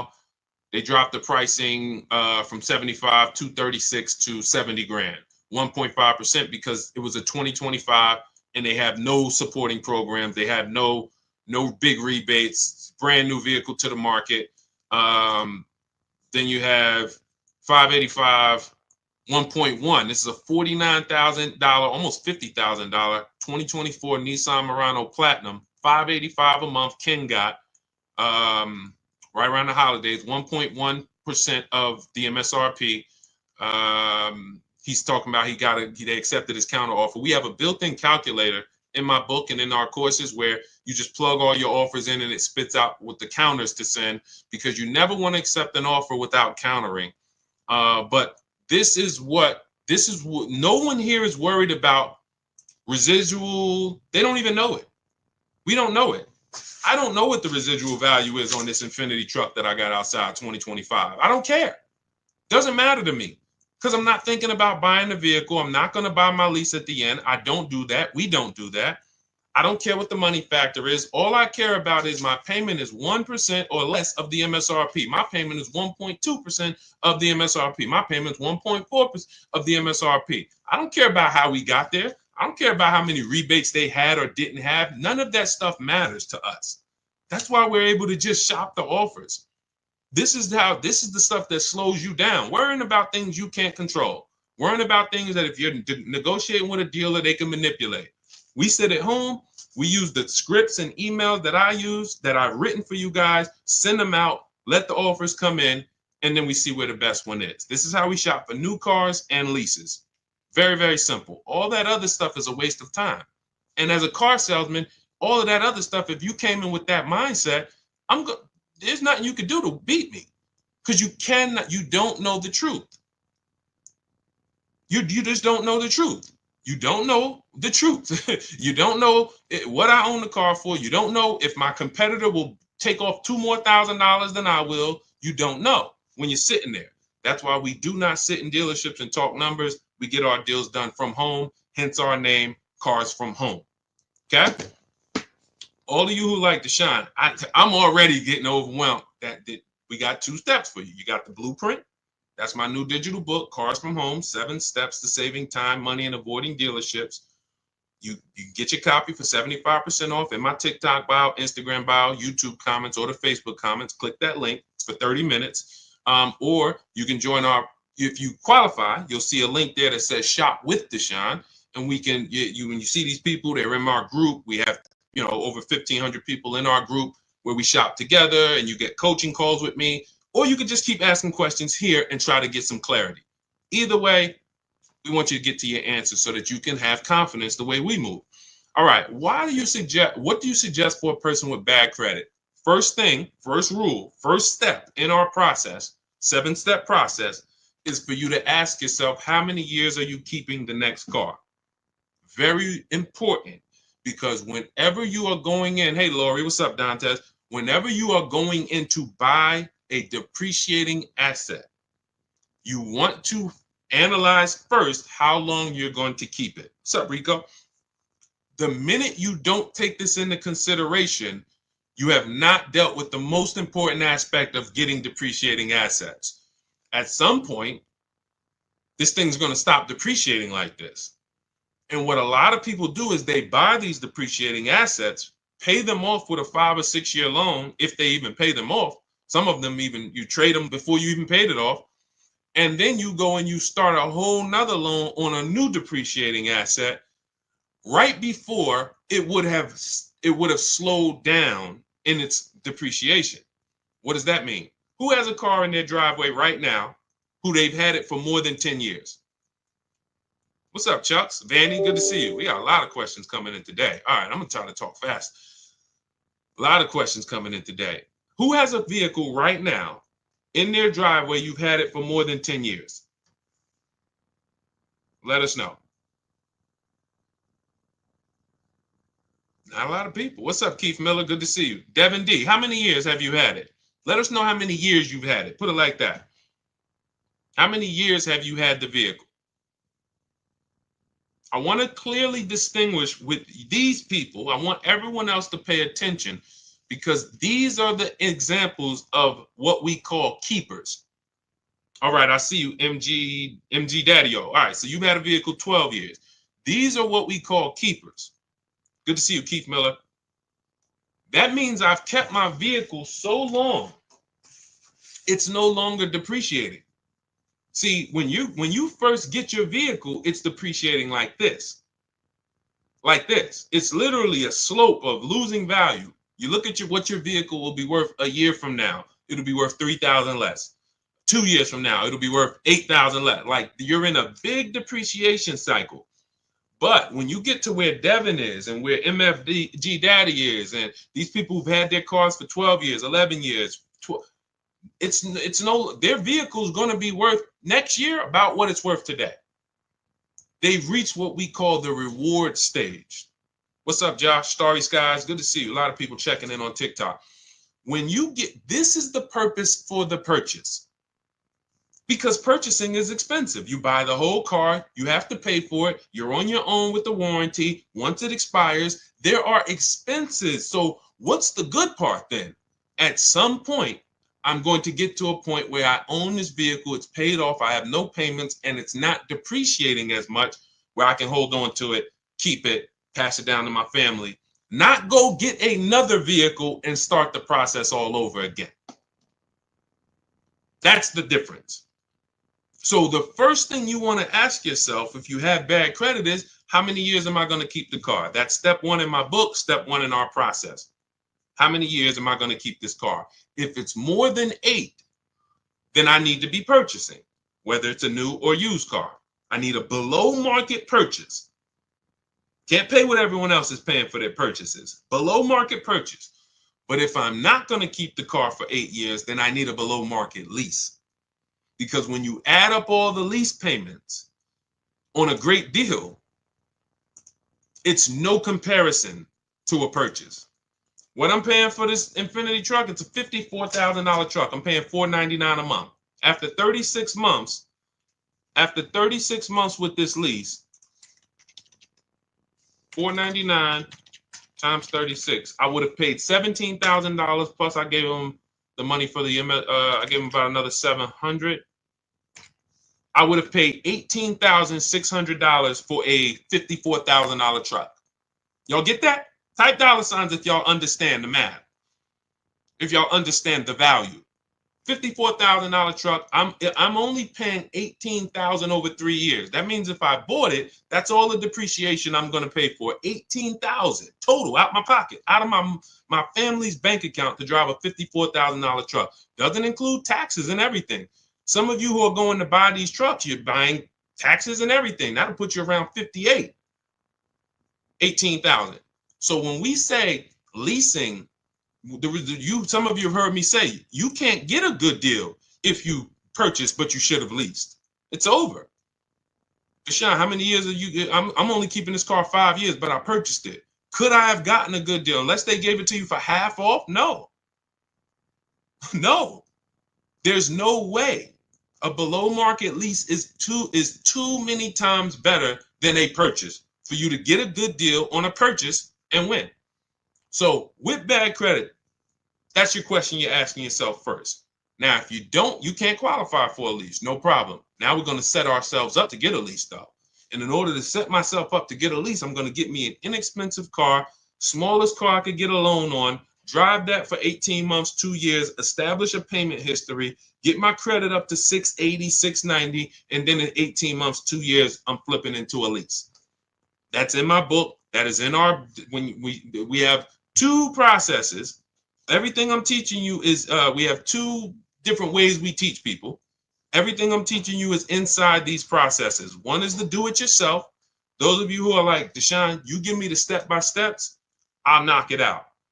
That's my digital book, Cars from Home, 7 Steps to Saving Time, Money, and Avoiding Dealerships. Those of you who are like, we have a done with you, where you're like, Deshone, I'm more of a done with you person. I would like to ask you questions. I like to be able to, instead of reading, I like to watch a couple short videos to guide me to the process.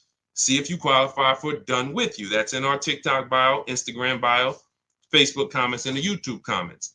Either way, whether you're do it yourself or done with you, we want to make sure you have what you need. But that's the process. If I have bad credit right now and I'm like, I know I should be leasing, but I can't qualify for a lease, I'm going to get the least expensive car. I'm going to build my credit over 18 months and 2 years, and then I'm going to flip into a brand new lease. And that's my power play. I'll sacrifice for 2 years and then pull off in a brand new car versus what most people are going to do. Thank you, Devin D. Shout out to the people running the likes up on TikTok. Versus what most people are going to do, which is I don't qualify for a lease. Let me go and just buy a car, pay 20% interest, have a high payment, no warranty, low quality vehicle. And in 2 years, I'm not going to be any closer to leasing. In fact, I'm going to buy a car that's so expensive and going to have such high interest. When something goes wrong, I'm liable to miss a payment, be late on a payment, set myself back from even being able to lease in 2 years. That's why we operate with plans. Okay, let's go. A lot of questions coming in. Keep typing your questions. Equity Now, welcome. Good to see you, Taylor Gill. Good to see everybody checking in. Type your question. Instagram, y'all quiet. Except for my man MFG Daddy-O and Chief B, I don't see many people on Instagram talking. K&D Mad Love, Sharon Weens, I see you. Let's go. Facebook is quiet too, but that's okay. That's all right. Let's go. Can you purchase a vehicle from Carvana with low credit scores? Sure. You can purchase a vehicle from anywhere with low credit scores. It's not about that. Do you want a great deal or not? So if you say, all right, let me walk into Carvana, let me buy a car on Carvana. I got bad credit. Sure, you get a car. You can walk into any highway dealer and say, hey, I have bad credit. Can I get a car? They're going to do everything besides move heaven and earth to try to get you in a car. Is it a good deal? See, and what's unfortunately, this is one of the only bad credit is one of the only groups that you guys actually go and tell people you refer people to dealerships that financially abused you because you got a loan, because you got approved. Hey, go see Joe. Man, Joe got me in a car. All right, can I see the paperwork though?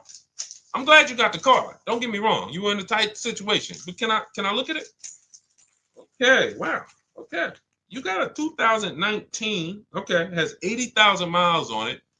Okay, you paid $29,000 for this vehicle. Okay, and you're paying, what's your interest rate? 22%? And what? And how long is the loan? Oh, 84 months. And you're telling people go see Joe? Joe's taking vacations on you. So anyone can put you in a car. But with bad credit, what you should be looking at is this. See, we bid everything out. How do we guarantee that we pay less? How do we have what we call here, Cars from Home, price assurance? Which means when I walk out the dealership with my car, with my paperwork, I have the assurance of knowing that there's no way I could have paid less anywhere else. No one in my region, within 100, 200 miles of me, could have made me a better deal because I shopped that whole market. Competitive offers. That's how you get price assurance. It's the same way you do with Amazon. Same way, you could buy something from, why can we buy something from Amazon and have total price assurance? Competitive. It's okay, I'm gonna scroll this, I'm gonna look at reviews. Okay, this is a similar product. Oh, this is the same product. Okay, competitive. So this is how we shop for everything except cars. So all we're doing here at Cars from Home is teaching you how to shop for cars the way you shop for everything else. So when we're looking and saying, all right, we have bad credit, we're bidding out three things, three parts of our transaction. Who we get our car from, you need to win a bid. That means if I'm looking for a blue or black Honda Accord, that means out of all the black and blue Honda Accord, you need to be the lowest one, best value. That is very different than my loan. My loan, I need to pay more because I'm a higher risk. The loan, I need to pay 20%, 18%, 22% because I'm a higher risk. Has nothing to do with the price of the car that I'm getting. That's the second thing we bid out, our loan. Now, when you, thank you, Devin D, appreciate you. Thank you, Simone, good to see you. When you don't bid out, with bad credit, you lose the ability to bid out your loan because there's not many people who are going to give you a loan. We have some resources. We use a company called Limbuzz.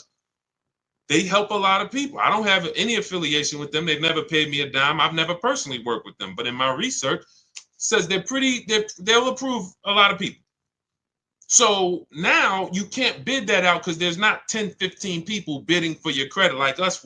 When you have prime credit, you can bid out your loan to, 10, 15, 20 people. That's how we do it. We have a process called the bank bidding war, and it doesn't affect our credit score. It weighs on our credit. So anyway, it's not even, I want to stay focused. But when you go into a dealership and say, all right, give me the car and the loan, you've now said, I don't want to bid.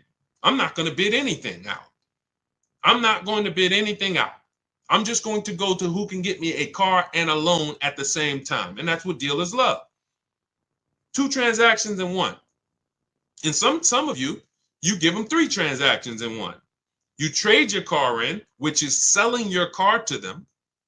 I know that made you think, Deshone, I thought it was like a trade. It was like, no, you're selling your car to them. Did you bid that out? That's step 2 in the Cars from Home process, something called the equity assessment. Thank you, Letty Boy Mom, thank you. That's something called the equity assessment. We bid that out. How many people will write us a cash check in an hour for our current car? Bid that out. That's how we guarantee we get the most money for our old car. Then we're getting a loan. Bid that out. Notice everything I'm talking about can be done online. That's why the system is called Cars from Home. That's why the mindset is Cars from Home. Because if you were trying to do all of this, going to places, going to your local branch in your bank and your credit union and walking in, then you can't do this. But if you use the internet, you can actually do all of this right here. And that's how we do this. So if I'm you, I'm finding where's the least expensive car out separately. And then I'm working with a bad credit financer like Limbuzz or someone similar who will give me the loan, but I'm going to get a great price on the car. I'm not going to mix those two. Man, I got a great price on this car, but I got 22% interest on my loan. That's okay. Because in 2 years, when your credit's better, a year when your credit's better, you know what you can do with the loan? Who knows? Type it, because most of you know. I got a great deal on this car, great price. Great quality car. Look at it. Wonderful. I pay 22% interest now, but in a year from now my credit's better. Thank you, Devin D. Refinance the loan. Very simple. So that's what I'm doing if I'm in a place where my credit's not good right now. I need a car. Perfect. I'll pay higher interest right now. Work on my credit in a year, 2 years. Refinance the loan. Now I got a good loan. Great car. Perfect.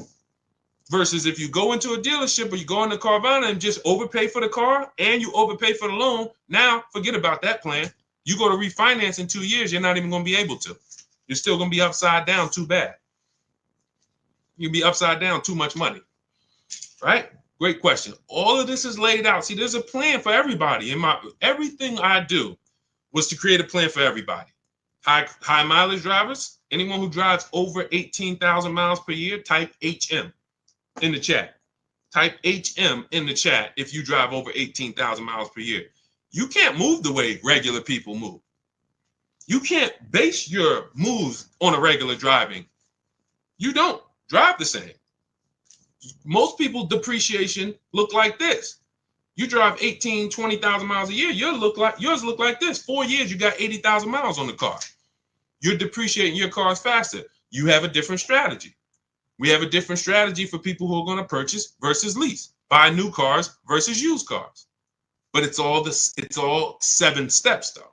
No matter where you are, what your profile is, 7 steps. That's why our system is based on 7 steps. So if you're like, Deshone, I want the whole blueprint, that's my digital book, Cars from Home, 7 Steps to Saving Time, Money, and Avoiding Dealerships. It's already 5-star rated. You can Google it. This is what hundreds of people have used since we released it to get below market purchases from home. You can see all the reviews. Thank you to everyone who's reviewed the book on Goodreads. We appreciate you. You continue to help that book stay at 5 stars. We appreciate you. But you can get a copy. It's normally $97. Part of my welcome offer. You can get it for 75% off. It'll be $24, but it's only for 30 minutes. That's our welcome offer. You can go to my TikTok bio, Instagram bio, the YouTube comments, or the Facebook comments. Use that link. That's your do-it-yourself blueprint to below market leases, purchases, used cars, new cars, high mileage driving, bad credit strategies, all in there. Now, for those of you who want community, you see me sharing all of these people. You see me sharing Zafrina's deal. You see me sharing Kimberly's deal, Ken's deal. You see these people, Sheree's deal. Look, Sheree graduated again. She's gotten 4 cars. She joined us, our Done With You program, where we have, instead of reading, you're doing videos, short videos, 3 to 5 minutes, very bite-sized videos, like if we were having phone calls. She's gotten 4 cars since she's joined us back in, she joined 2021. She's one of the first people to join us. So this is her first, this is her 4th vehicle. You know, she got a 2025 CRV hybrid. And she talks about all the improvements we made when we created our calculator. She like, we didn't have this when she first started. So she's been able to see all the improvements and things that we've added in terms of, making our system even easier. But if you are like, hey, I'm a more done with you person, I like to, jump on coaching calls. We do 2 coaching calls a month. We have a private Facebook group where everybody comes in, and look, if the book doesn't come, sometimes people with the book try to get in the Facebook group. Sorry, guys. Listen, I got a ton of books here. All due respect, I dumped everything I've learned in 14 years in that book, but I can't call any of these authors. Like, I have questions. I read Tony Robbins' book, Money. It's one of my favorite books. I love to call him and say, hey, Tony, can you break this down to me? That's just not the way it goes. So we have two things, and they're both affordable, depending on what your learning style is. Do it yourself or Done With You. You can click the links in my TikTok bio or in the comments on Facebook or YouTube or my Instagram bio, and you can see if you qualify for the Done With You program or if you want to do it yourself. Either way. All right, let's go. We got more questions coming. Let's keep it moving. I see you still, Calvin. All right, hold on. We're coming. All right, I'm curious to know whether or not, if you have a family member that works with one of the major car companies, is that a best way to buy a car from the A to or B? Wait, I'm sorry. Is that a best way to buy a car from the A plan or B or the B or C plan? I wouldn't. It doesn't matter. Family members don't matter. You can only do what the dealer is willing to do. I mean this with all due respect. I've had car salesmen come on my streams. There's 2 types of car salesmen that come on my streams. People who, they're not trained.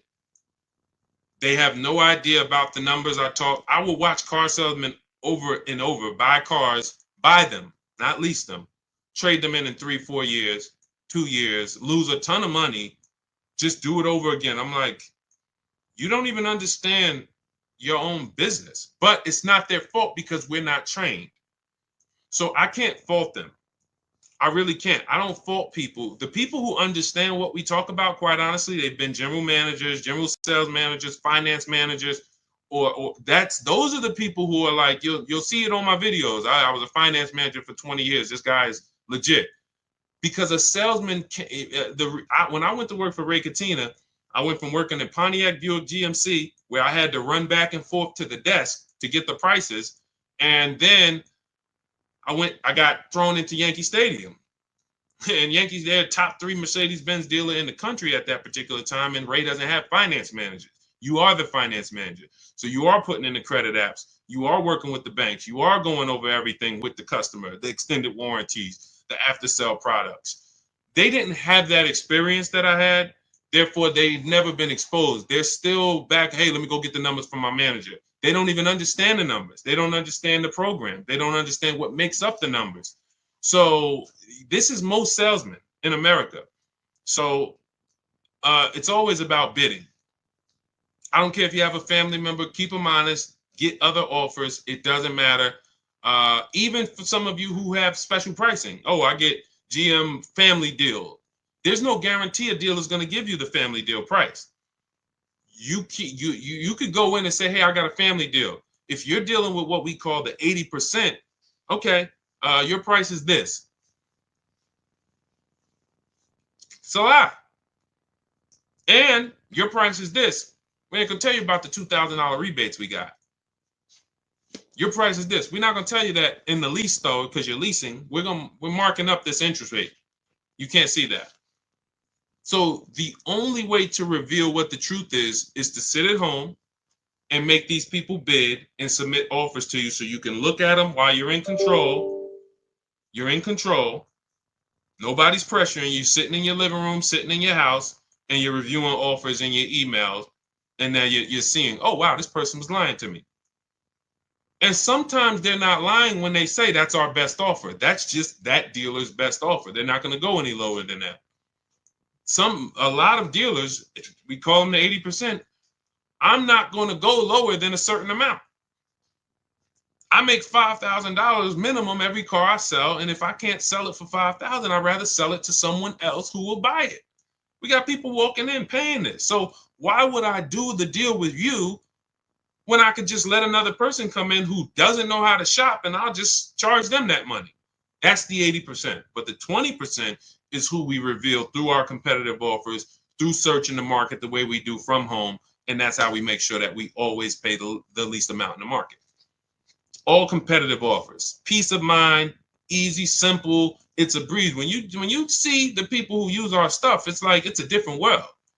We don't have the anxiety you have. We don't have the buyer's remorse you have. We don't feel out of control like you have. We don't feel like, oh man, this is the second most expensive purchase of my life and I'm dreading it and hating it. Can't wait to get it over. We don't have those things. And that's where we want you to be. Okay? So Chucks, multiple offers, family member or not. I would tell friends. People know me. People said, Deshone, I know you got this used. I remember a good friend of mine, he was buying a Mercedes truck. And I work for Mercedes. He said, D, I'm going to give you I'm going to call you first. He said, but it's this other truck in PA. They're saying it's their last, it was whatever the year was. It's like the last 2019 or something at the time. And man, he said, they're taking off like 18 grand for me. And I had another truck up here, but my dealer wasn't taking off 18 grand. I said, you need to get that truck. I'm not going to tell him, hey, come on in here, man, pay me more because I'm your friend. No, you're doing what I would do. Yeah, I got a friend that works for the brand, but I'm also shopping the market. And if my friend can make me the best offer, great. If not, no harm, no foul. I'll see you in a couple years for the next deal. But we don't have friends. You got to earn it. You got to win the bid. Planning to keep the car. Good, Chucks. Doesn't matter if you're keeping it 10 years. You still need to get a below market price because if you pay 5-10 grand over what you could have paid, stretch that out over 10 years, that's how much money's coming out of your family's bank account for, not knowing how to do this. Okay? This isn't hard to do. What's hard is to unlearn the programming. That's what's hard. I got to unlearn what I've been taught. Oh, I need a car. Let me go to the dealer. That's a program. I need a car. Let me go to the dealership. That's like saying, oh, I need a TV. Let me walk into Walmart. First thing we're going, and it's even worse than that, quite honestly, because, but anyway, let's go. Keep them coming, Dolan. See if we get still Calvin. If not now, then let's get him, because we might have some questions before him. We already hit on the 1% rule and the 1.5% rule. I see, let's see. Let's go. Zoe Mill, good to see you. Byron Stallman, good to see everybody checking in on TikTok. Iris, good to see you, Mr. Coop. Go ahead, Dolan. We hit that one already. We hit that one early. The Kraken, nobody joined. Good to see you. All right, if I owe 18,000, but my trading value is only 6K. See, now there's a curse word in this. What's the curse word that he just used? See, there's a curse word here. There's a couple curse words we don't use here, okay? Who knows what the curse word is that was just used?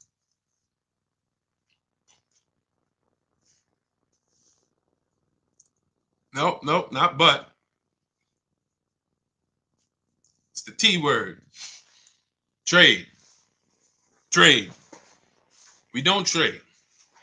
Now, if you have now let me explain why we don't trade. Okay? You don't get what anything is worth trading. If I haven't, let's just say I have a this phone. Am I going to get more money trading this or actually putting it on the open market and getting offers for it? Open market or trade? O or P? I go trade this phone. Do I get more money on the open market or on trade? I see you, Big Step. Yep, Dimitri, I see you. Yep. Okay? It's no different. It's no different. I see you, Alonzo Wiggins. Good to see everybody. I love the engagement. I love that people, y'all up on the keyboard, you're engaged. We got probably another 10 minutes. Told you, we like to do an hour hitting hard, a lot of financial literacy, tapping for an hour, and then we move on. That's everything. Hold on. My alarm just went off on here. Thank you. Thanks, Dimitri. All right, I want to make sure I didn't get kicked. All right, so perfect. So that's why we don't trade. It's the same premise. You have buyers who want to pay money for your car. Carvana, driveway. Kelly, this is step 2 in our process. First thing we do is answer the first question. Most important question is what we call it. How many years are you going to keep the car? If it's more than 8, we're purchasing. We're shopping for a below market purchase. If it's less than 8, we're shopping for a below market lease. Then we move to step 2 in the process, which is what we call the equity assessment. This is where we look at the car that we have that we are replacing, and we determine our equity position in the vehicle. How do we do that? We call our bank if there's a loan on it. We get our payoff. That's what you do. All of you who are like, Deshone, I'm going to be shopping soon, or I'm shopping now. I thought I was going to wait to tell a deal about this later. No, we don't do this later. Because when you do this later, you're setting yourself up to trade. You're setting yourself up to get lowball offers on your trade and lose probably $2,000, $3,000 from what you could have gotten. We handle the equity assessment early, step 2. So we call our bank, get your payoff, find out what it's worth.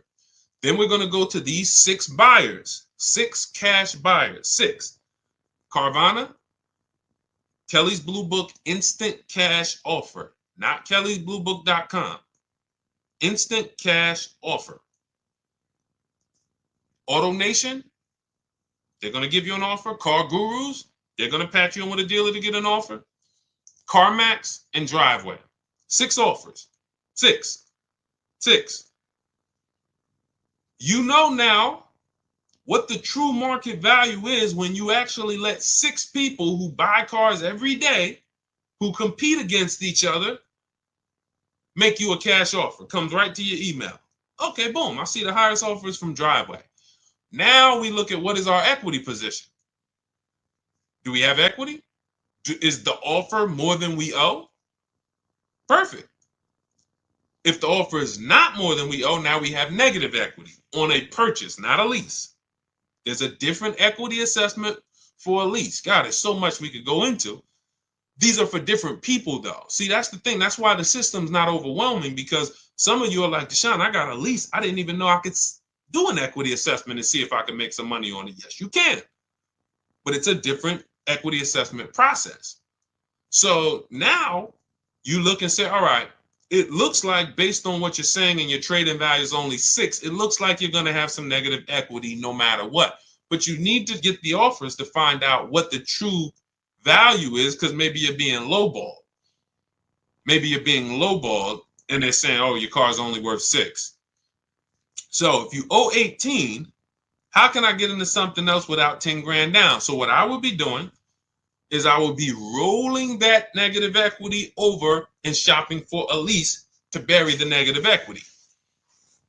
First question you want to ask, how many years you're going to keep the car? Doesn't look like you keep cars a long time. One, because you already have a car that you're planning on getting out of that you have a loan on. So that's usually the diagnosis of a person who does not keep cars. It's not like you're saying, Deshone, I have a car, it's paid off, I want to get out of it. You're saying, Deshone, I have a car, has a loan on it, I still owe a ton of money and I want to get out of it. That's typically a prescription for the people who should be leasing. If every single transaction you do, you always have negative equity, that's a prescription for a person who should be leasing.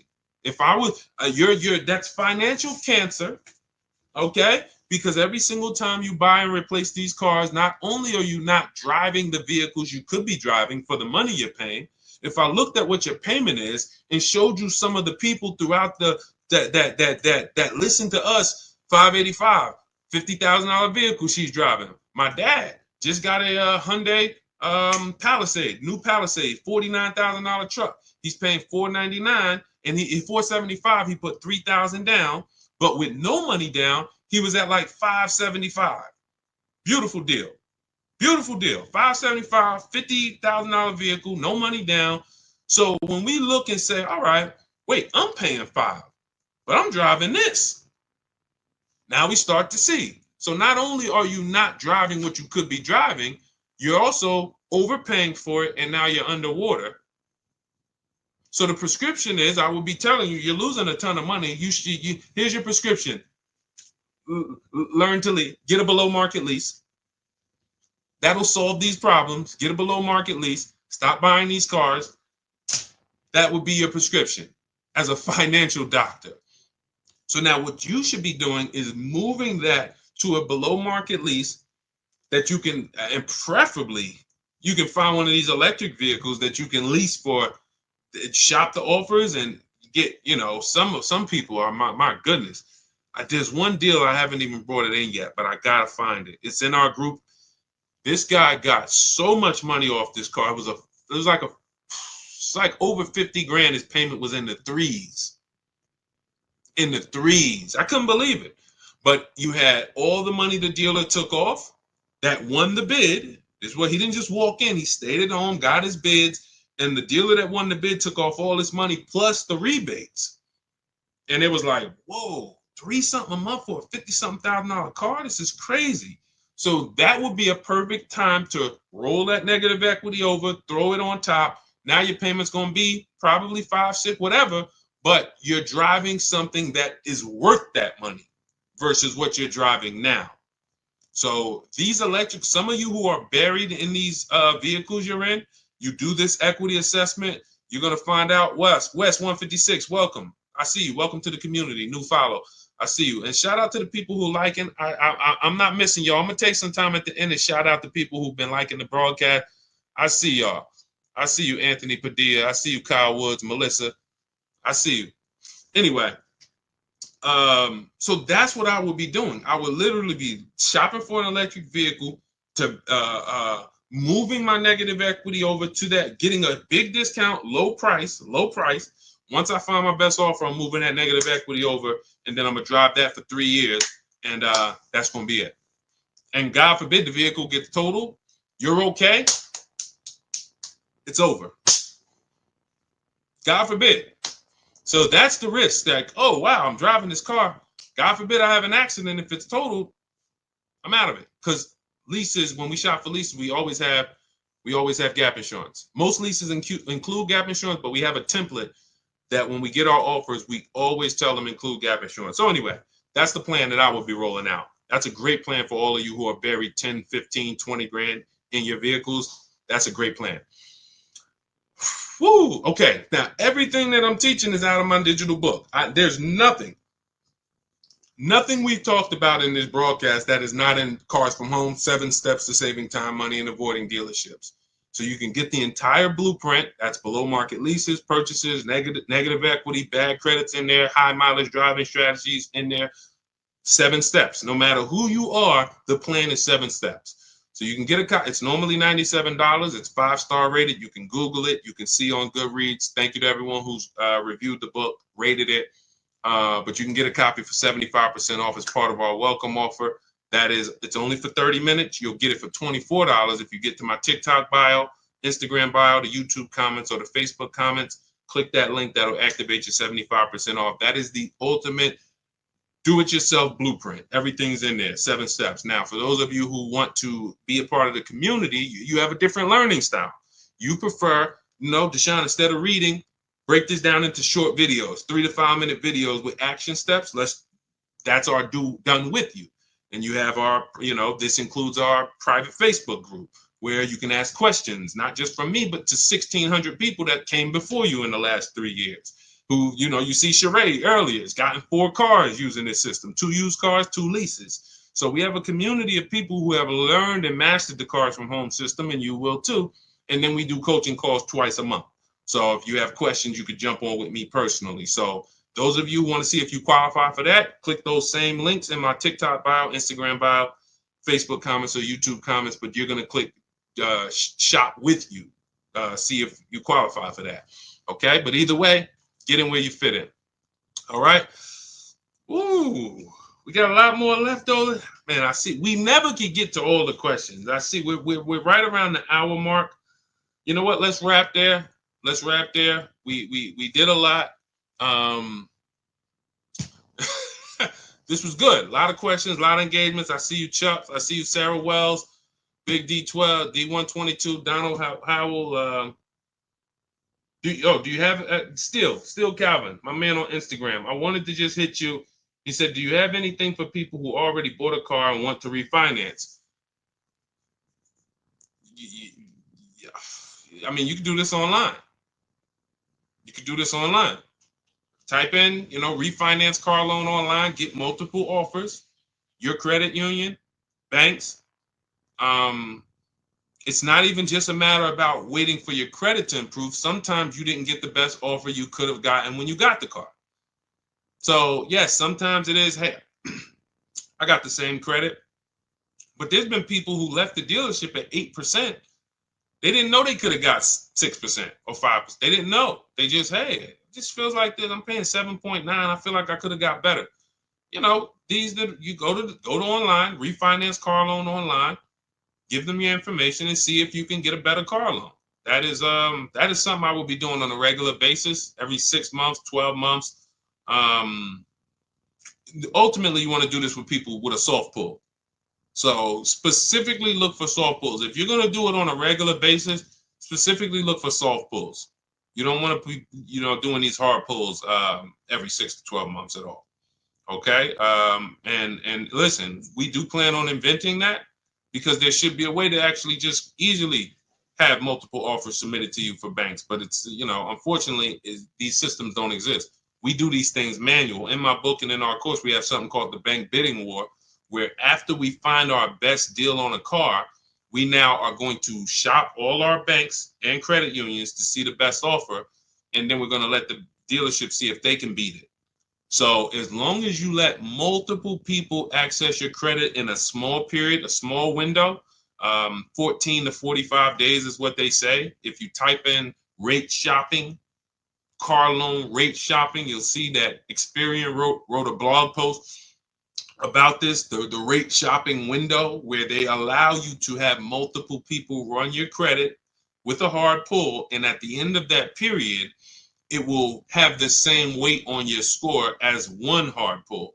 So if one hard pull would have dropped your score 10 points, 20 hard pulls will drop it the same 10 points if you're shopping correctly. That doesn't mean we're going into dealers letting, hey, run my credit, then go to another dealer, run my credit. This is you manually letting banks see and make you an offer. That is the due diligent. That's the diligent thing to do. But yeah, that's, just shop and see. In your case, shop and see, soft pull, refinance quotes, and see what you come up with. Okay. Thank you, Chucks. Appreciate you. Thanks to everybody who tapped in. Hollywood Smiley, Liam. All great questions today. We will be back. For everybody who got the book, enjoy it, use it. Make sure you write me with your success story. As you can see, I always like to get these emails, and I didn't get a chance to. On the next stream, I'll read some of the emails we've gotten. They take a little longer. This one from Chris. A lot of you have sent me emails. Don't think I haven't got them. Jessica, I gotta, we try to flow and get in, once we get into a flow, we don't always get a chance to read all the stuff. So anyway, Dimitri, I'm glad you just got your book. Enjoy it, use it, and keep unlearning. Forget every single thing you've learned about the car buying process. Trust our process. That's what I say. When you get started with us, you come into Cars from Home, it's oil and water.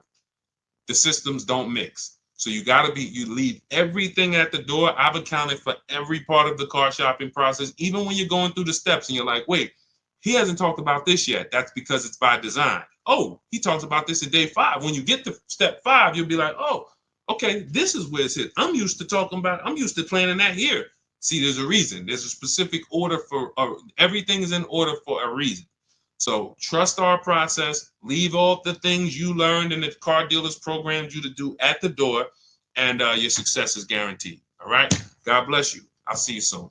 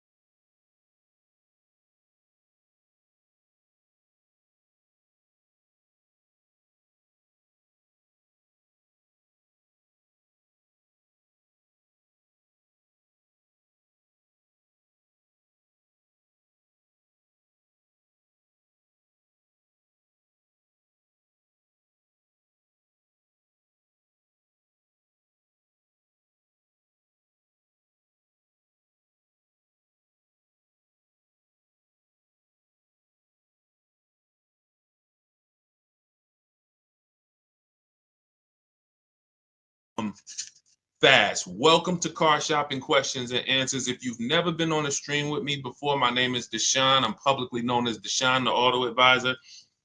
Everyone, if you are new here, type a number 1. What's up, Mr. Randy? What's up, Andrew? What's up, Dana? Anyone who is brand new here, you've never been on a car shopping stream with us before, you might be familiar with what we do. Type a 1 in the chat. I want to give you guys a welcome. All the new people. What's up, D? What's up, D? Miss BNN. What's going on, RCH? What's going on, Sweet Rescuer? Let me jump on Instagram. We are live on Instagram, YouTube, TikTok, and Facebook. Let me jump over to Instagram so I can make sure that I am seeing my people over here. What's up, Miss BNN? Welcome, new people. MDC, I see you. GTO. Is that the GTO Pontiac? Are you a car guy? Let me know. What you got GTO in your name? Everybody who is new, type of number 1. Jingle, welcome. Daniel, welcome. Scott Biggs, welcome. Anthony Byron, welcome. Welcome. Let's go. I like to know the new people. Now, if you've been here before, I want you to type welcome. Type welcome if you've been here before. If you're familiar with what we do here is we are the place to make sure you get the best deal on cars, new cars, used cars, leases, does not matter. That is what we do here. Welcome. So when you guys see the welcome from the people, that's the regulars. These are the people who tap in. What's up? Good to see you, Epic. Good to see you, Kenneth Newby. Good to see you, Mr. GG. When you see the welcome, this is our community welcoming you here. What we do here is very unique. If you tap in, we'll be on for about an hour. You can get your questions answered about car shopping. I spent 14 years in the car business, working for Mercedes-Benz, General Motors. I ran a brokerage for 4 years. And now what I do is educate you guys, give you the tools, the strategies, the step-by-steps to make sure you are never overpaying for cars. You need to be getting the best deal in the market, and that is going to be $5,000, $10,000, $15,000 less than the average people are paying, depending on what car you're getting. So Start typing your questions. And as you get the questions, I have Dolan, our man, moderating in the background. He's going to be bringing your questions onto the chat. Doesn't matter whether you're on Facebook, whether you're on YouTube, Instagram, or TikTok. Type your questions and we'll bring them all onto the show. Okay. We have 2 things that we give you for the step-by-steps. Depends on if you're a do-it-yourself person.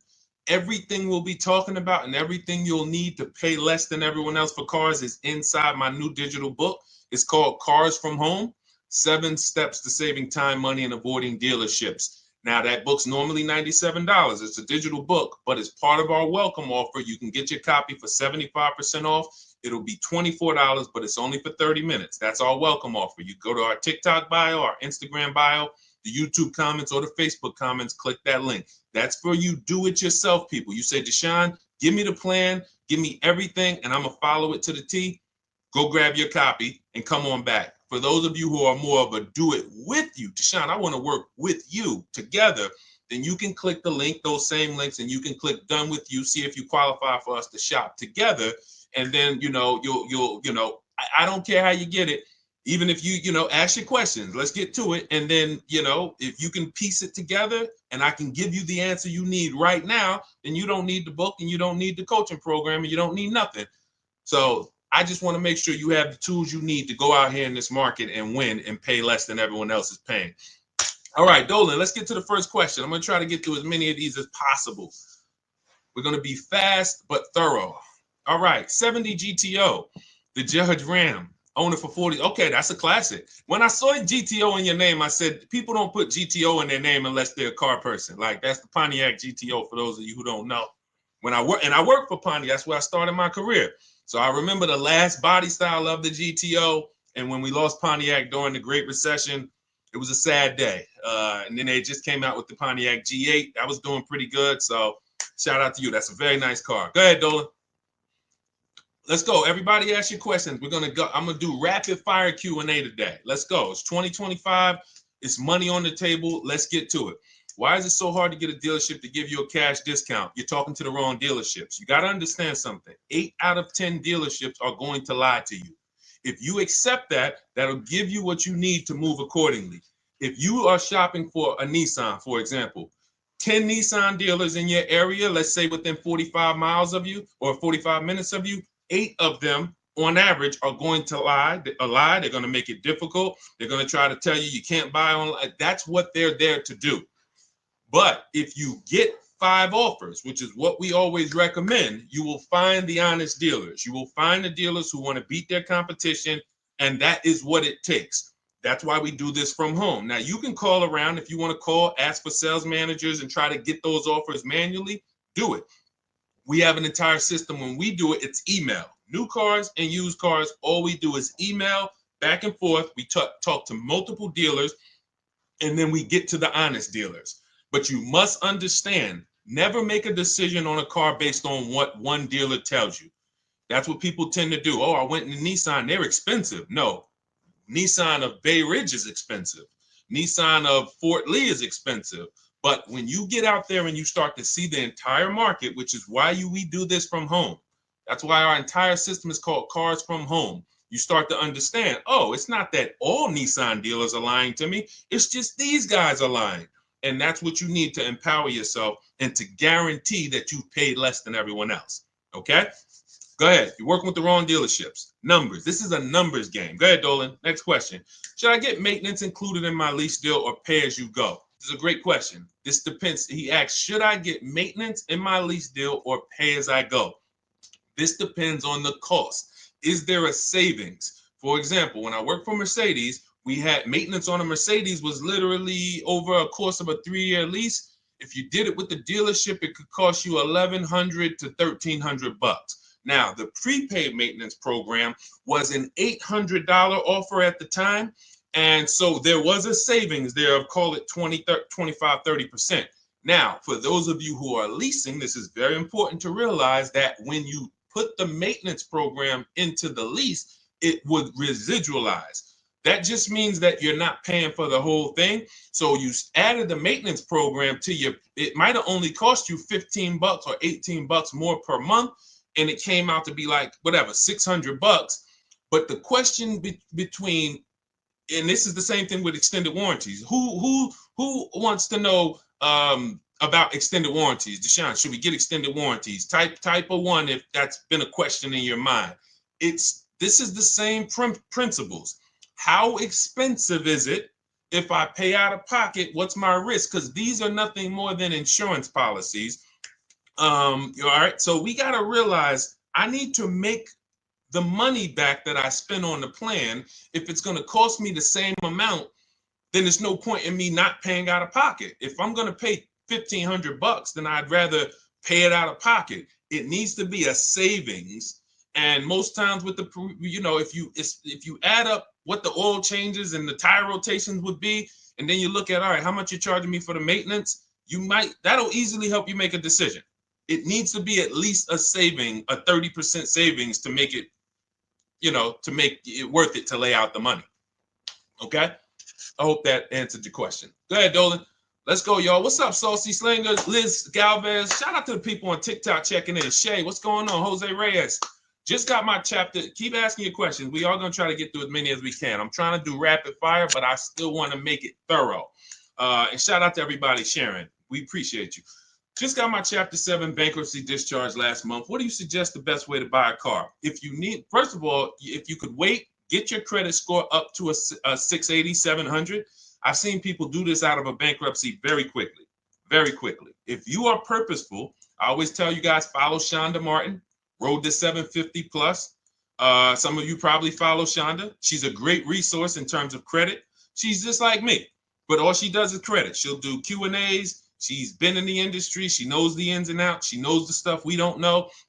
If you follow her, she can help you get to a 700 score quickly with some things you could do immediately, especially out of a bankruptcy. You have a blank canvas. But I would wait, if you can, until you are in that 680, 700 category, because that's going to help you qualify for a lot better programs and move in a lot better way. Now, if you can't, then I would tell you to get an inexpensive car, point A to point B. Don't make a long-term decision and your credit's going to be great next year. It'd be a shame to make a long-term decision right now and you're going to pay high interest. You go out, you get a $20,000 car, 20% interest rate, 5-6 year loan, and a year from now, your credit's going to be better, and then you would have been able to lay out a whole different deal. So I would tell you, get an inexpensive car, point A to point B, get your credit up, and then make a power move. So are you willing to you got to be willing to sacrifice so that you can make a power move later. People are not going to understand. Oh, man, you're driving that old car. Yeah, God, you could afford, why don't you treat yourself? You could afford a better car than that. They don't realize I'm operating with a plan. And then when you pull up, because some of the rule we teach is you shouldn't be buying cars if you're not keeping them 8 years. I'm going to show you some people in these lease deals. And first of all, the discounts we're still getting are incredible. But some of these lease deals are just getting, and like, we're driving cars for cents on the dollar. So if you're not keeping your cars 8 years, you should be leasing. You might not qualify for a lease right now. So you might say, all right, get me an inexpensive car, Facebook Marketplace, get me from point A to point B. And then a year from now, you got a 700 credit score. You pull out in a 2026 brand new lease, paying cents on the dollar. So it depends on you. I don't give people the exact strategies because I give you the options. I give you, based on your goals, these are your options. You pick the best one. Okay, if you want to ask a follow-up question, go ahead. All right, great question. Let's go. Keep it going. Let's go. Hold on. Let me see here. I want to be able to see. Hold on 1 second, Dola. I just want to be able to see everybody on Facebook, Instagram. It's 20. I can't see you guys on Facebook, but on Instagram, but I want to be able to see you guys on Facebook. Hold on. My truck got repo. How can I get it off my credit? That's a question for Shonda. I don't do credit, y'all. I'm gonna tell you why. Credit is its own expertise. See, if people didn't do cars, a lot of you wouldn't be in trouble. A lot of you wouldn't have bad information about leasing. But because people start thinking, well, I teach people about investing in stocks and mutual funds, you know what, I think I can teach people about cars, and they're leading you astray. They're giving you horrible advice because they don't actually understand the multiple ways to acquire a car. That's why I stay in my lane. I wish they would stay in their lane. Shonda teaches credit. Road to 750 plus. That's a question. Getting something off your credit, that's a question for a credit specialist. Okay? Go follow Shonda and go and implement what she teaches. It's Shonda Martin, DJ King. Shonda Martin. She's all over. She's on every platform. And you can type in Road to 750 plus. I'm sure there's some people on here that could co-sign how great Shonda is as a resource. Okay, go ahead, Dolan. Shoot the next one up. Okay, what is your opinion is the best large SUV in 2018 and up range to buy? There's a lot of them. We're not giving ourselves enough time to shop and consider what we want. If I was looking for a pre-owned car, I'm going to look at a car, find something on the road that I like. I'm going to look at competitors, and then I'm going to just do our, our system is a 7-step shopping system, 7 steps. First step is the most important question. How many years are you keeping the car? That's going to help you determine should I buy or lease it. Second step is equity assessment. So we don't trade cars here. That's a curse word. We sell our cars on the market to cash buyers, big companies, Driveway, Vroom's out of business, Carvana, a local dealer. We have 6, anybody wants to know how do we do this equity assessment to not trade our cars? You could ask that question, but that's step 2. Step 3 is where we structure our deal and we budget based on a deal. How much would a good lease deal be on this car? How much can I actually spend on this next vehicle, including my taxes and fees, so I don't get surprised when I budgeted $500 a month or when I budgeted $30,000, but I forgot, the taxes and the fees and all of that. So we do this. We have a very simple calculator in my book and in our course where we give you this stuff. These are tools we created. And then step 4 is very important. It's called shopping, not buying. That's the step we're not spending enough time on. Looking at the market. There's 40 some odd manufacturers out here. They're making better technology, or they're trying to make better cars, better technology, nicer looking vehicles. We deserve to look at them. You're about to spend 5 figures, most of you, on a vehicle. You should be looking at the market, seeing what everyone's trying to sell me. And so I would pick a vehicle and then come up with some competitors. But in step 4, what we do is, it's very important. This is where you will get in trouble if you don't do this. It takes 5 minutes. You're going to every vehicle you're looking at, go to Google, and you are going to type in the year, make, and model, longevity. What that's going to do is show you what the data says about this vehicle in the long run. Is it known for having transmission problems? Who's got a vehicle and then not even a year later transmission went out? Can we be honest? Can we type me if we're being honest? Who's got a vehicle and transmission went out in a year, or engine went out in a year, or the head gasket blew within a year? Okay? Listen. Nobody on here, I'm sure. So when we what we want to do is look at the data, because the data will tell us this vehicle is known for transmission problems at 80, 90,000 miles. And then if you're looking at a used one and it has 75,000 miles, you could pretty much assume, all right, there's a chance that we're going to have some transmission issues with this vehicle. We need to look at the data. That's going to, thank you, OW. They see, I appreciate it. It's always one. He said, listen, I'm going to be honest. Nobody else is going to say, I had a problem, Deshone. I bought a car and the transmission went out on me. This is what we can avoid in most cases, because what we're doing is we're checking the DNA of the vehicle.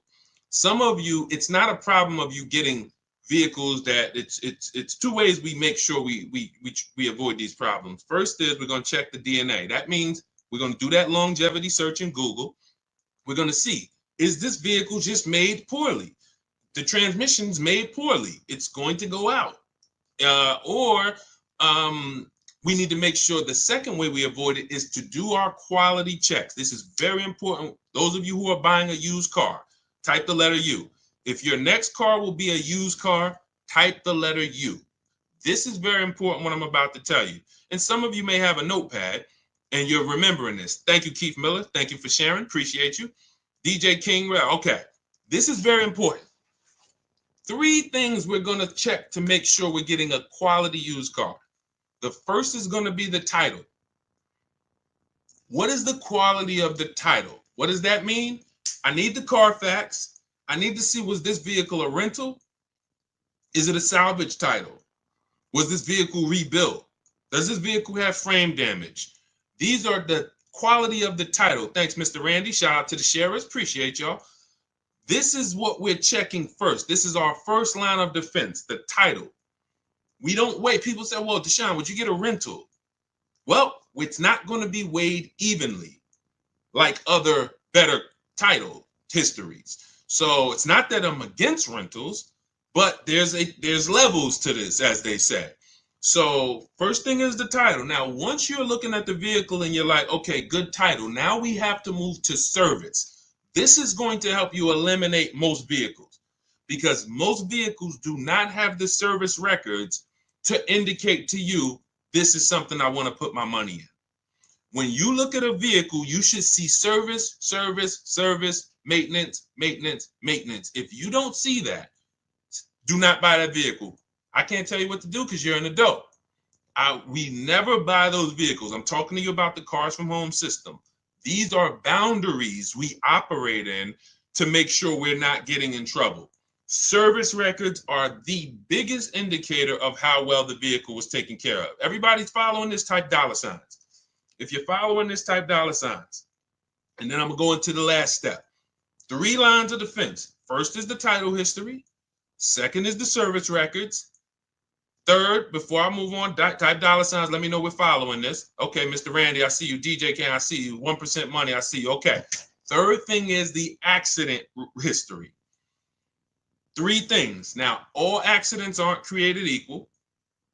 You might see some vehicles that have minor accidents. You'll see some vehicles that say vehicle was drivable. When you see vehicle was drivable, that means that it, could have been a fender bender in a shopping parking lot. Police was called. Good to see you, Daricus, my man. Good to see you always. When you see that, that could have been, that means that there was a collision, but the vehicle drove away from the scene. So that might be a deal breaker for some of you. That could be a deal breaker for me. It depends. But we need to weigh it evenly. That's different than vehicle towed. When you see vehicle towed, that means not only was there an accident, that vehicle was towed away after the accident. Airbags deployed, that's usually going to lead to a total loss, but these are things that you want to look at. So quality of the title first, service record second, accident history third. That's how we are avoiding problem vehicles. And you do that in combination with the Google search that I told you to do, where we're typing in the year, make, and model of every vehicle. If I'm looking at a 2017 Kia Optima, I'm typing in 2017 Kia Optima longevity. And here's the second search, 2017 Kia Optima reliability. Because reliability is going to tell us what the data says the first 3 years. What are owners saying about the vehicle the first 3 years? And you just skim those pages, skim those articles, look for any red flags, look for any, hey, this vehicle is rated lower than average reliability. This vehicle is rated, to have electric problems. These are the things that help us avoid what I used to see all when I was at Mercedes. We had a Range Rover dealer we had a Range Rover dealer next door. And people was, getting these brand new Range Rovers, and every 90 days, 4 months, they were in the shop. Every 90 days. And if they just did these simple things, these things take 5-10 minutes to do, they would have known, okay, I'm not getting this Range Rover. The data does. But you know who they were asking? Their neighbors. Hey, how you like that Range Rover, Mark? Oh, man, I love it. You should go get one. That's what they're asking. We cannot ask our neighbors. We ask the data. All right, great question. Keith Miller, let's go. Go ahead to the next one, Dolan. JR4L, let's go. It's 2025. By the way, all of you who are like, Deshone, this is a lot of information so far. Listen, I'm not going to remember this. Everything that I'm teaching on this stream is out of my new digital book. It's called Cars from Home, 7 Steps to Saving Time, Money, and Avoiding Dealerships. You can Google it. It's 5-star rated. Thank you to everyone who's taken the time to rate it and send me your stories. That's the entire blueprint for how we get below market deals, leases, new cars, used cars, and we have a welcome offer. It's normally $97, but as part of our welcome offer, you can get your book for 75% off. That'll be $24. Head to my TikTok bio, our Instagram bio, the YouTube comments, or the Facebook comments, but it's only for 30 minutes. Once it's 30 minutes expires, it's the normal price, and it's worth every penny. That book will save you more. Listen, let me just show you, give you an idea of the deals. When you look at a person who say they're getting deals, look, this is Jen. Now, some of you remember Jen because I've talked about Jen before, but the difference is this is her second deal. So once you learn this system of how to shop from home and be empowered, it just gets easier and easier and easier. So this is Jen's second deal. Look, she said, I graduated again. This time she got a used vehicle, 2021 Kia Forte. Original MSRP was $24,485. She got it for $17 out the door. So she probably ended up paying like $15 for it because $17 was out the door with taxes and everything. She's grateful for this program. Helped me navigate another deal. Start to finish on this deal was 3 days. Thank you, Jen. This is the empowerment I want for you. The confidence. I don't care if you're a woman, you're a single mom, you're an introvert, you're a grandmother. If you can use a computer, you can do the Cars from Home system, and you can come out of this programming that they have everybody doing with oh, I need a car. Let me just go right into the dealership, into the den of lions, and try to negotiate a deal. That's just not. You're not going to get a below market deal that way, and you're not going to have an empowered process. What do I mean by that? A guarantee that you got the best deal in the market. So that's what Cars from Home will teach you. For those of you who are like Deshone, I'm more of a do it with you. The way we could do this together. That's our Cars from Home Done With You program. You can click the link in our bios and in the comments, see if you qualify for that. If you do, then I love to shop with you. We can do this together. We have, when you see people who are posting these pictures and everything, they're in our groups. And, we do coaching calls twice a month. But again, get in where you fit in. Let's keep the questions going. Go ahead, Dolan, shoot that next one up. All right, let me take a sip of water. Let's go. Chemo Thomas, good to see you. Jeremiah, shout out to people checking in on TikTok. We are live on Facebook, Instagram, YouTube, and TikTok. So, but I can see people on TikTok. I got to get away. Dolan, we got to figure this out. I need to be able to see the people on Facebook and Instagram. I want to be shouting them out too. We use another device on TikTok. That's why I can see everybody. Clinton Harmon. I can see Armando. I can see Chemo. I can see Bo. Don't think I wouldn't be shouting y'all out too. Now, if you ask a question, then of course Dolan will bring you up and you get your questions answered. What do you think about an aftermarket warranty at CarMax versus the manufacturer? So an aftermarket warranty. The person asked, what do we think about aftermarket warranties on CarMax versus the manufacturer? So CarMax, when you hear any dealer say we have a warranty, it is limited. Be it CarMax, AutoNation, what that is giving you is if you deal with us, we can support the warranty. As long as there is a dealership that we own or a location we own nearby, you're good. It's not like you have a Honda, your warranty is good anywhere in the USA. You could be in California, Oklahoma, Florida. Find the Honda dealer, you're covered because Honda USA is covering it. So we got to weigh those two things differently. If we're buying locally or we're buying from somewhere where we know there's some of these places, let's say CarMax says, okay, we'll give you the CarMax warranty for $1,500 and that'll cover such and such. First things first, here's the biggest thing. Write this down. Find out what's covered. That's the big thing. You know what the next big thing is? What's not covered. Because who's had an example? And listen, we're an honest community here. The people who look, it might sound like Dag, man, it seemed like when I get on this stream, Deshone, I'm like I'm doing everything wrong. Yes, that's true, because you haven't been on the inside. I've been a car dealer, car salesman. I've had my own brokerage. I've been in the industry since 2006. So the way I'm talking is to make you an insider. It's corporate greed, and I'm giving you the things you need so that you can see the smoke and mirrors now. So it's going to sound like, oh man, I'm doing everything wrong. But the empowerment is now we know what not to do.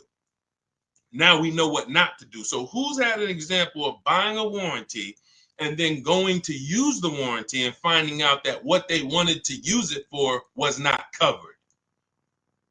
Type ouch. Type of ouch. You know what the pastors say, if you can't say amen, say ouch. This is why when we get these warranties, we have to ask clearly what is covered. I see you. It's no username, it's just a bunch of numbers, but I see you. Thanks for being honest. We want to ask what's covered, what's not covered. So if CarMax is offering you a warranty, we need to know what's covered, what's not covered. Now, if your vehicle is still under manufacturer's warranty, which means every new vehicle that comes in and is sold in this country comes with a manufacturer's warranty. While that vehicle is actually under manufacturer's warranty, it is less expensive to extend it because it's already covered. Once the manufacturer warranty runs out, it now gets more expensive. So if that vehicle still has a manufacturer's warranty, you could call a local dealership and find out how much would it cost to add the warranty. And then you could compare that to the CarMax price, and you can compare that to what's covered. But I would be very leery to get a warranty unless you know for a fact that you're going to use it, which means, pay attention, it's very important. Vehicles that have a high likelihood of things going wrong or breaking, and then they're expensive to fix, these are the vehicles you really want warranties on. You don't, listen, Hondas, Toyotas historically have been inexpensive to fix, but even now they're getting more computerized. You want to make sure that the cost of the warranty is going to be something that you get money out of. I'm not going to pay $3,000 for a warranty when, let's say, if two things break on the car, it might only cost me $2,000. Now I done lost. You have to, when you get a warranty, it's like, I know that if one thing breaks on this car, that could cover the whole warranty. These are Mercedes. These are your BMWs. These are Cadillac. Vehicles that have the parts are expensive, the labor is expensive. These are vehicles that you really don't want to be without a warranty. You want to buy as much warranty as you can. Okay, I have a guide on how I teach you this in the book. This is in step 6 when we get to paperwork and protection, because it's a shame to get a great deal and then turn around and you didn't cover it the right way and then you're exposed. Okay, so, but that's how I would weigh it out. Go ahead, great question. Keep it going, Dolan. Shoot the next one up. We are live on Instagram, YouTube, TikTok, and Facebook. Type your questions. We'll get to as many as we can. Can a person still lease a new car after a bankruptcy, or will I be stuck with pre-owned? Listen, I would tell you what I like to see, and what most banks like to see is high sixes, 680, 670. I like to see people get at least there, because that gets you out of the manipulation zone, I call it. The manipulation zone is, oh, we got you approved, but you're not tier 1. You're tier 3, you're tier 6, and then they can manipulate that payment. And we have ways to protect against that. That's why we always have multiple offers. So I'll give you an example. I got an Infiniti. I leased an Infiniti truck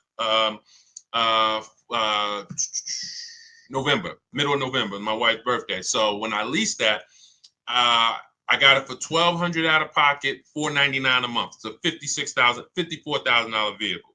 So now, when I went there, they used one of my scores, which was Equifax, and it was right under 7. And they still tried to play me. And they said, hey, we didn't get you approved tier 1. I said, okay, first of all, this is something we always do online. Sometimes I break my own rules and I pay the price. again, the rules that we create are no respect of persons. They don't care that it's the shot. I would normally never leave my house until I make sure, hey, approval's good, let's go. But this dealership was taking a shot at me. The finance manager was taking a shot at me. Now, what I know is tier 1 and 2 in that particular vehicle is the same approval. He didn't know. I don't go in and broadcast, hey, I don't want people to know that I'm Deshone, the auto advisor. Like, that is like the last thing I want people to know when I'm getting a car. So I'm just like, okay, cool. But I have backup offers. And that's what you always have when you're in that manipulation zone. And even with high 6, you can have a 690 score. Somebody wants to take a shot at you, they're going to take a shot at you. And how we protect that is always having backup offers. And we say, okay, well, if that's the case, then actually I'm gonna go with my second offer. Is there anything else you can do before I move on? And most times that's when they'll say, oh, okay, well, we talked to the bank, you're good, no problem. That's the way it works. And again, if I wasn't in the business, if I didn't sit in that seat, I wouldn't be able to coach you guys and give you the tools necessary. So this is why I like to see people get to the high 6s at least before you start to pursue a lease, because once that's going to qualify you for most programs. Yeah, I'm not saying you can go out and lease a Benz the first time. Usually Benz doesn't want to be your first lease, but Hondas, Toyotas, Fords, most vehicles are going to be, you're going to be just fine there. So get your credit up to and if you need a car right now and you have to buy it, I'd buy an inexpensive car. I would get a very inexpensive car. If my goal was to lease, I would be looking at something on Facebook Marketplace, a couple $1,000s, get that car, drive it for a couple months, keep my bills down, get my credit up to close to 700 or more, because that's simple to do when you have a bankruptcy. You got a literally you got a blank slate. I've seen people get one credit card or two credit cards, and in less than a year, they're at a 700 score. So you can literally be setting yourself up for success in leasing a brand new vehicle in less than a year if you follow a nice plan. Okay. But if you want it all, and yay, some people go out, hey, I don't care. Credit score is, 0. I just came out the bankruptcy. Let me go get this Dodge Charger. I want the Hemi. I want the Hellcat. And someone will put you in the car. So it's not that, oh, Deshone, you told me I couldn't get a car. No, I'd never tell you that. Someone will put you in a car. But when you come and you talk to us about that deal and you show us your paperwork, we're going to look at you and say, hey, this was a horrible mistake, horrible, that you can't get out of now. So that's why we like to prepare, come up with a plan, and then execute that plan. Okay, there are strategies. I have a whole bad credit strategy in my book. I have a bad credit plan B. So for those of you who are like, Deshone, is there something in there for bad credit? Not only that, high mileage drivers, you guys need special strategies. You're driving over 18,000 miles. That's all in the book, Cars from Home. It's a digital book, so it'll be in your inbox by the time you jump off this stream. It'll be in your inbox. You'll have the blueprint for everything we talk about on here. Okay, and we have a welcome offer. Normally $97. You can get your book for $24. That's 75% off, only for 30 minutes. So head to my TikTok bio, my Instagram bio, click those links or the links in my Facebook and YouTube comments, get your 75% off. And then once you pay for your book, very important, screenshot that thank you page, because the book is on there. You can literally open that, save it to your computer, and then you have a support email. Just in case some of you type your email wrong, you can email my support team and make sure you get your book. All right. And for those of you who want to work with us personally, you want to see if you qualify for our Done With You shopping, where we shop together and you shop among our community. We have 2,000 people in our community. We have a private Facebook group. We have a coaching call twice a month. Then you can click those same links, but you're going to click the Done With You and see if you qualify for that. All right. Let's go, Dolan. Keep it going. Rib Slab, good to see you. Daniel Ridley, what's going on? Mrs. Onassis, good to see you. Peaceful Grace, good to see you. Killer Bees, Mr. Randy, thank you. Listen, Mr. Randy, it said you just became the number 8 member on the team. I don't know what that means, but I just want to let you know that. I appreciate it. You are the number 8 member on the team. And you got a number 1 gift badge. So, I mean, I appreciate it. I've extended my Mercedes warranty with Mercedes for years, 4 and 5. Will this be like the 3-year warranty? Hold on, let me read this again. I've extended my Mercedes warranty with Mercedes for years 4 and 5. Will this be like the 3-year warranty? I'm sorry, I don't understand the question. Could you rephrase it? Go ahead, Dolan, shoot another one up. All right, can you name good non-expensive cars to get? There's just too many. Come up with a budget, and then there's just too many cars for me to start naming inexpensive. You got to realize something. Let's all right, here's what I give you. Let's look at what you pay for in a car. This is what's very important, all right? These are the 5 areas you pay for in a car. The more you stack these things, the more expensive your car is going to be. First thing is size. Size. The bigger the car, the more money it is. Shout out to everybody tapping the screen. If you're enjoying this, all you can do to support us, it's free. Just double tap the screen. That brings more people over here. Appreciate you. Listen, first thing is size. Never get a vehicle that is smaller than you need. This is very important. Not you want. I remember when I was at Mercedes, this story sticks out. Girl comes in, she had kids, and she needed a big truck, 3 rows. And then we ran the numbers on the big 3-row Mercedes, and she couldn't afford it. And then she said, well, what about the 2-row? And I said, wait, don't you need the 3-row with the kids? You said you needed all the room. She's like, yeah, I do. So if we would have gotten her in a 2-row vehicle, which some other people would, they would have never asked her, reminded her about her needs, and now she's driving around in a 2-row Mercedes vehicle that is too small, and she's going to eventually get out of it and lose a ton of money. So size, you don't compromise on.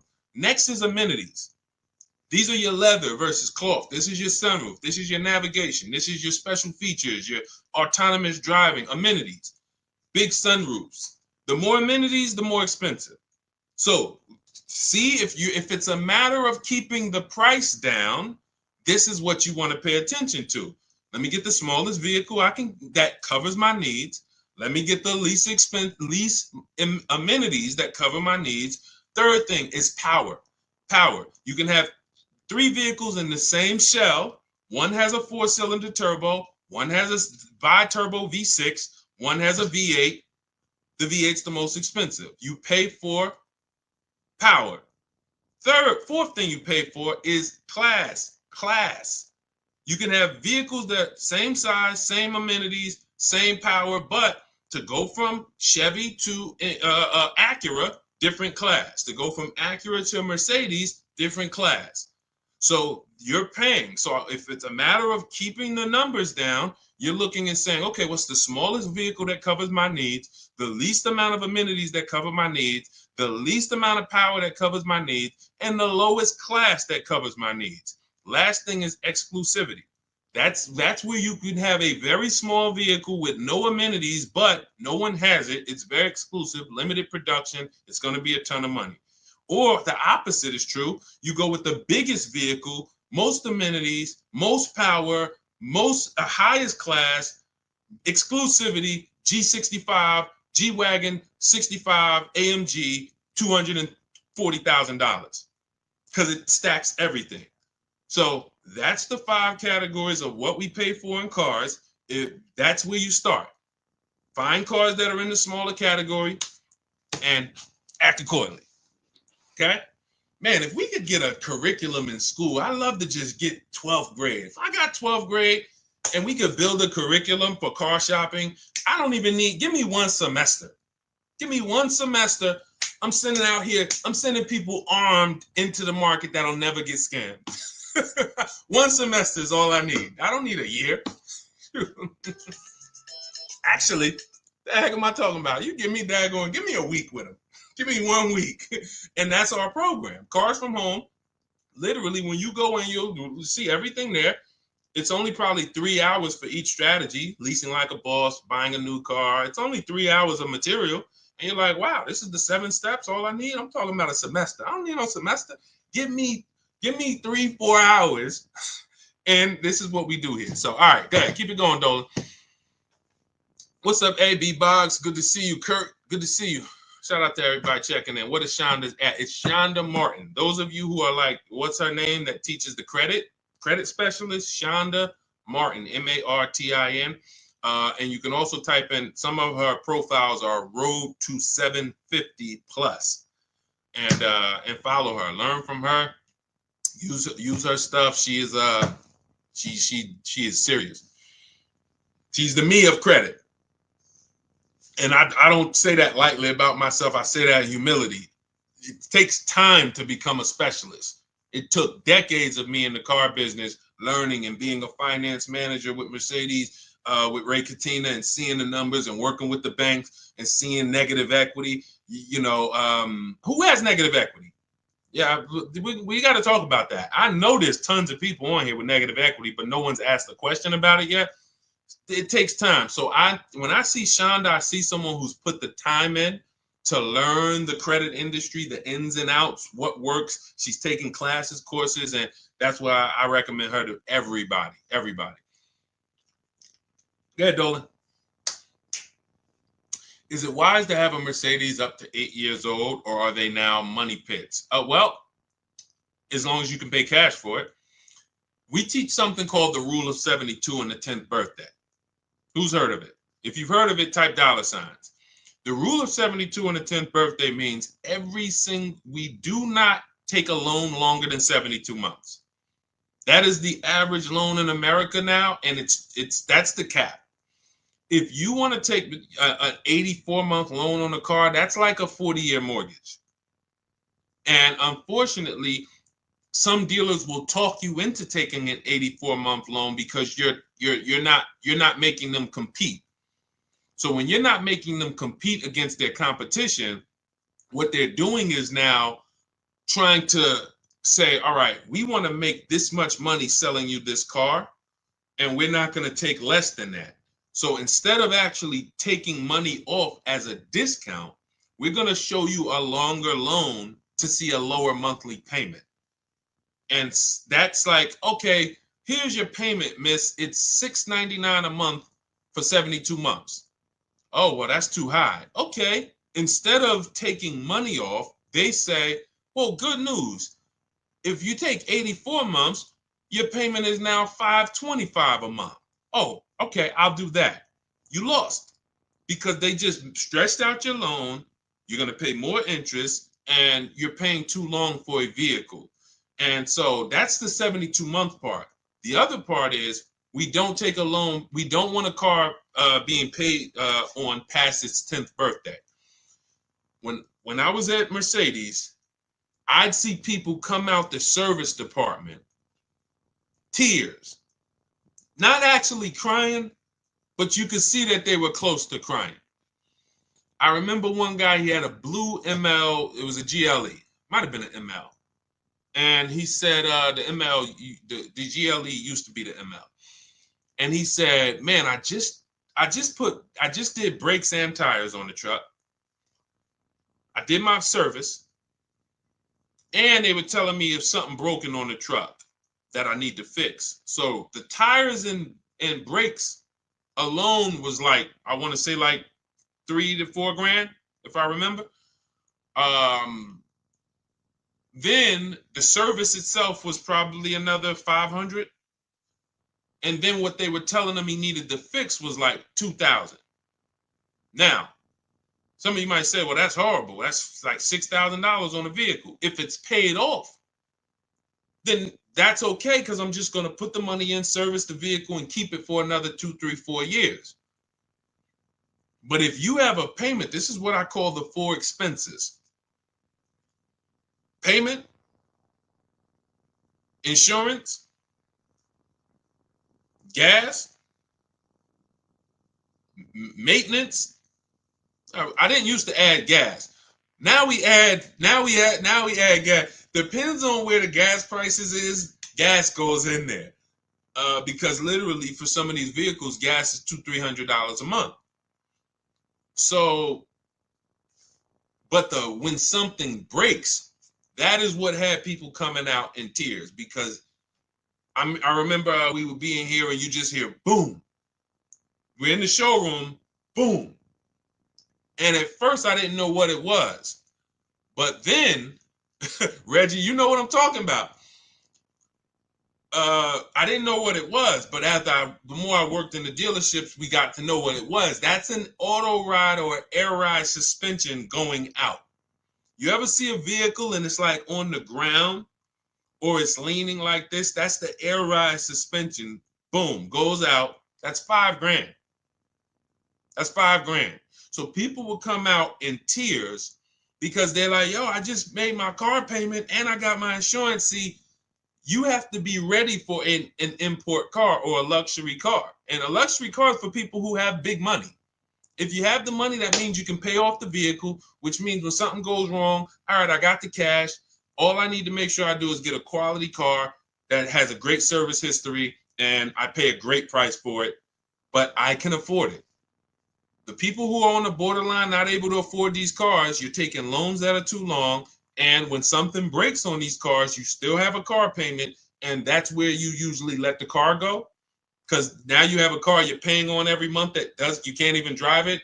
This is what we call the repo recipe.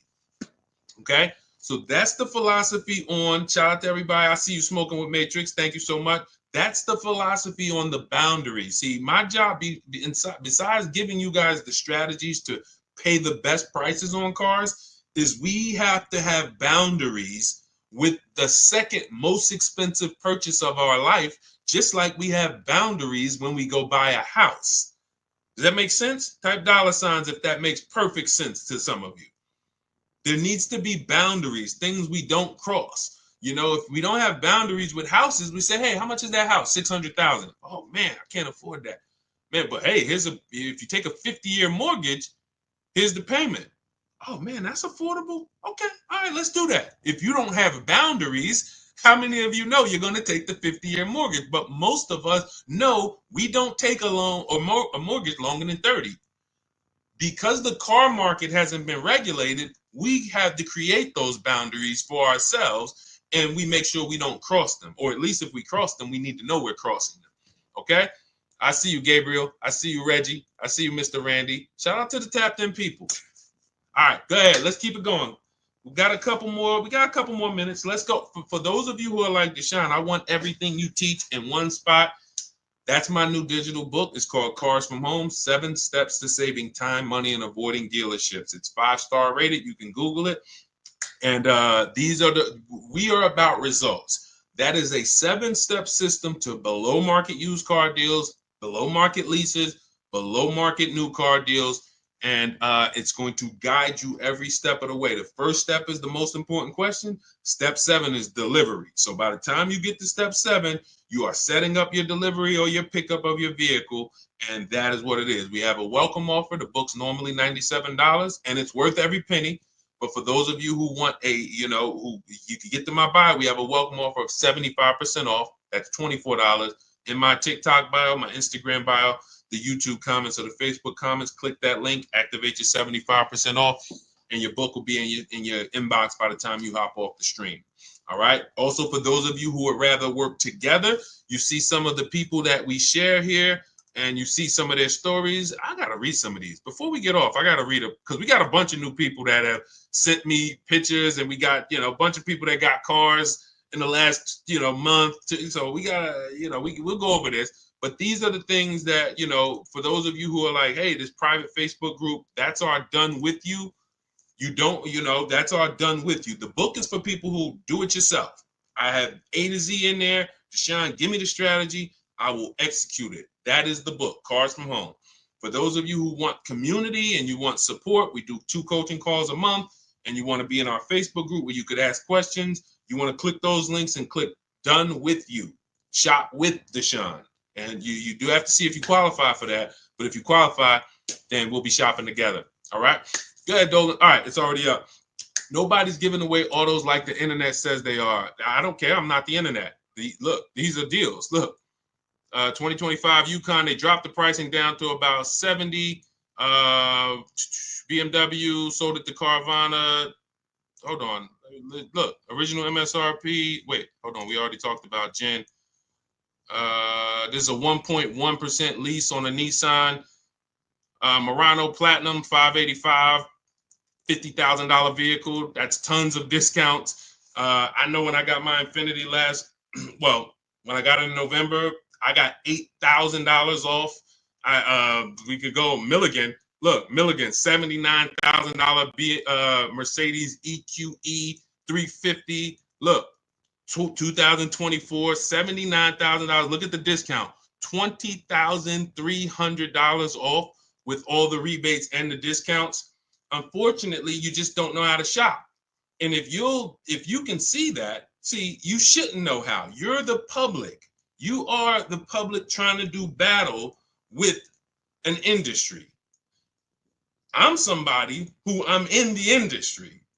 And people call me all around Jersey. People know me before anybody on the internet ever knew me. People in Jersey knew me. Call Deshone, family members, friends. They still call me and say, "Hey, Deshone, I know you're teaching and all of that. I know you got the book, but hey, you know you're the person I call." We accept nothing less than big discounts and below market deals. So it's just what you know. It's just, if you had a leak in your bathroom, it might seem like, oh God, there's water everywhere. I don't know what to do. No one in my house can fix this. You call in an expert and hey, 3 minutes. Heck, man, how'd you fix that so quick? I'm an expert and I can teach you. So in our case, we teach. That's why I love sharing other people. Every one of you might probably say, Deshone, obviously you can get great car deals. You've been in the car business. The reason why I show people like Milligan and people like Raphael, look, $46,000 vehicle, $549 a month lease. Probably got 8-10 grand off to get to that payment because they're you. They were just like you, watching me, said, hey, this guy sounds like I could trust him. I'm going to give this a shot. And they did the work. They learned the system. Look, India, 2024 Hyundai Elantra Limited, $29,000 vehicle, $365 a month, no money down. These are huge discounts to get to these payments. Whether you're buying or leasing, you cannot get to a great payment on a lease without big discounts. And why is it so easy? Because we employ competition. It's simple. You're used to negotiating with one dealer, maybe two. NADA told us that. NADA told us as car salesmen, these are the statistics, car salesmen, just so you know, your average customer is only going to shop 2 dealers. That's all they know how to shop. After that, they're going to get tired. They're going to make a decision. So we use that information accordingly. We shop 25 dealers from home. Shut, what? That sounds crazy. Everyone who you've seen who are getting a new car using our system has shopped 25 dealers from home. Why is it simple? Because I have the email scripts. It's copying and pasting. When we get used cars, we're always doing all our work on the marketplaces and we're employing competition and we're looking at the whole market and turning the whole market into one big competition for us. That's the difference. It's a whole different world. I love for you to come to this world. And that's what you hear. When you hear people say, oh, there's no deals out there, it's no deals for you. Unfortunately, it's no deals for you. But when you come to our world, it's a different world. Deals everywhere. Go ahead, Dolan. Next question. What's up, Leon Pollard? Good to see you. Kenzie Lee on the check-in. Kate V. Bond, good to see you. Kate Von B. What's going on? Thank you for y'all running up the likes on TikTok. I appreciate y'all. If you spend time with us, every couple minutes, you just like, man, this is good. That was good. Tap that screen. Just do. Some of you just sit there for 30 seconds like, man, that was a good answer. Let me just tap this screen and run these likes up and bring some more people over here. All right, for a new EV, would you lease or buy? This is a very simple question, guys. We have a rule about leasing. It's called the 8-year rule. In my book, in everything I teach, you hear me talk about the most important question. This is it. How many years are you going to keep the next car? If it's not 8, definitely not, oh, I might keep it 8. It needs to be 8 or more. Then you purchase. Because the depreciation is going to eat you alive. It's going to eat you alive in the short term.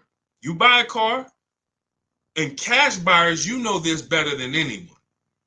Because you're not, unfortunately, payment buyers, They manipulate the payment and you don't really see what you're paying. Unless you're really savvy and you just ask for the price of the car and then you match the payments yourself to see. But most people, they're not. They go in, give me the $500 a month, we got a deal.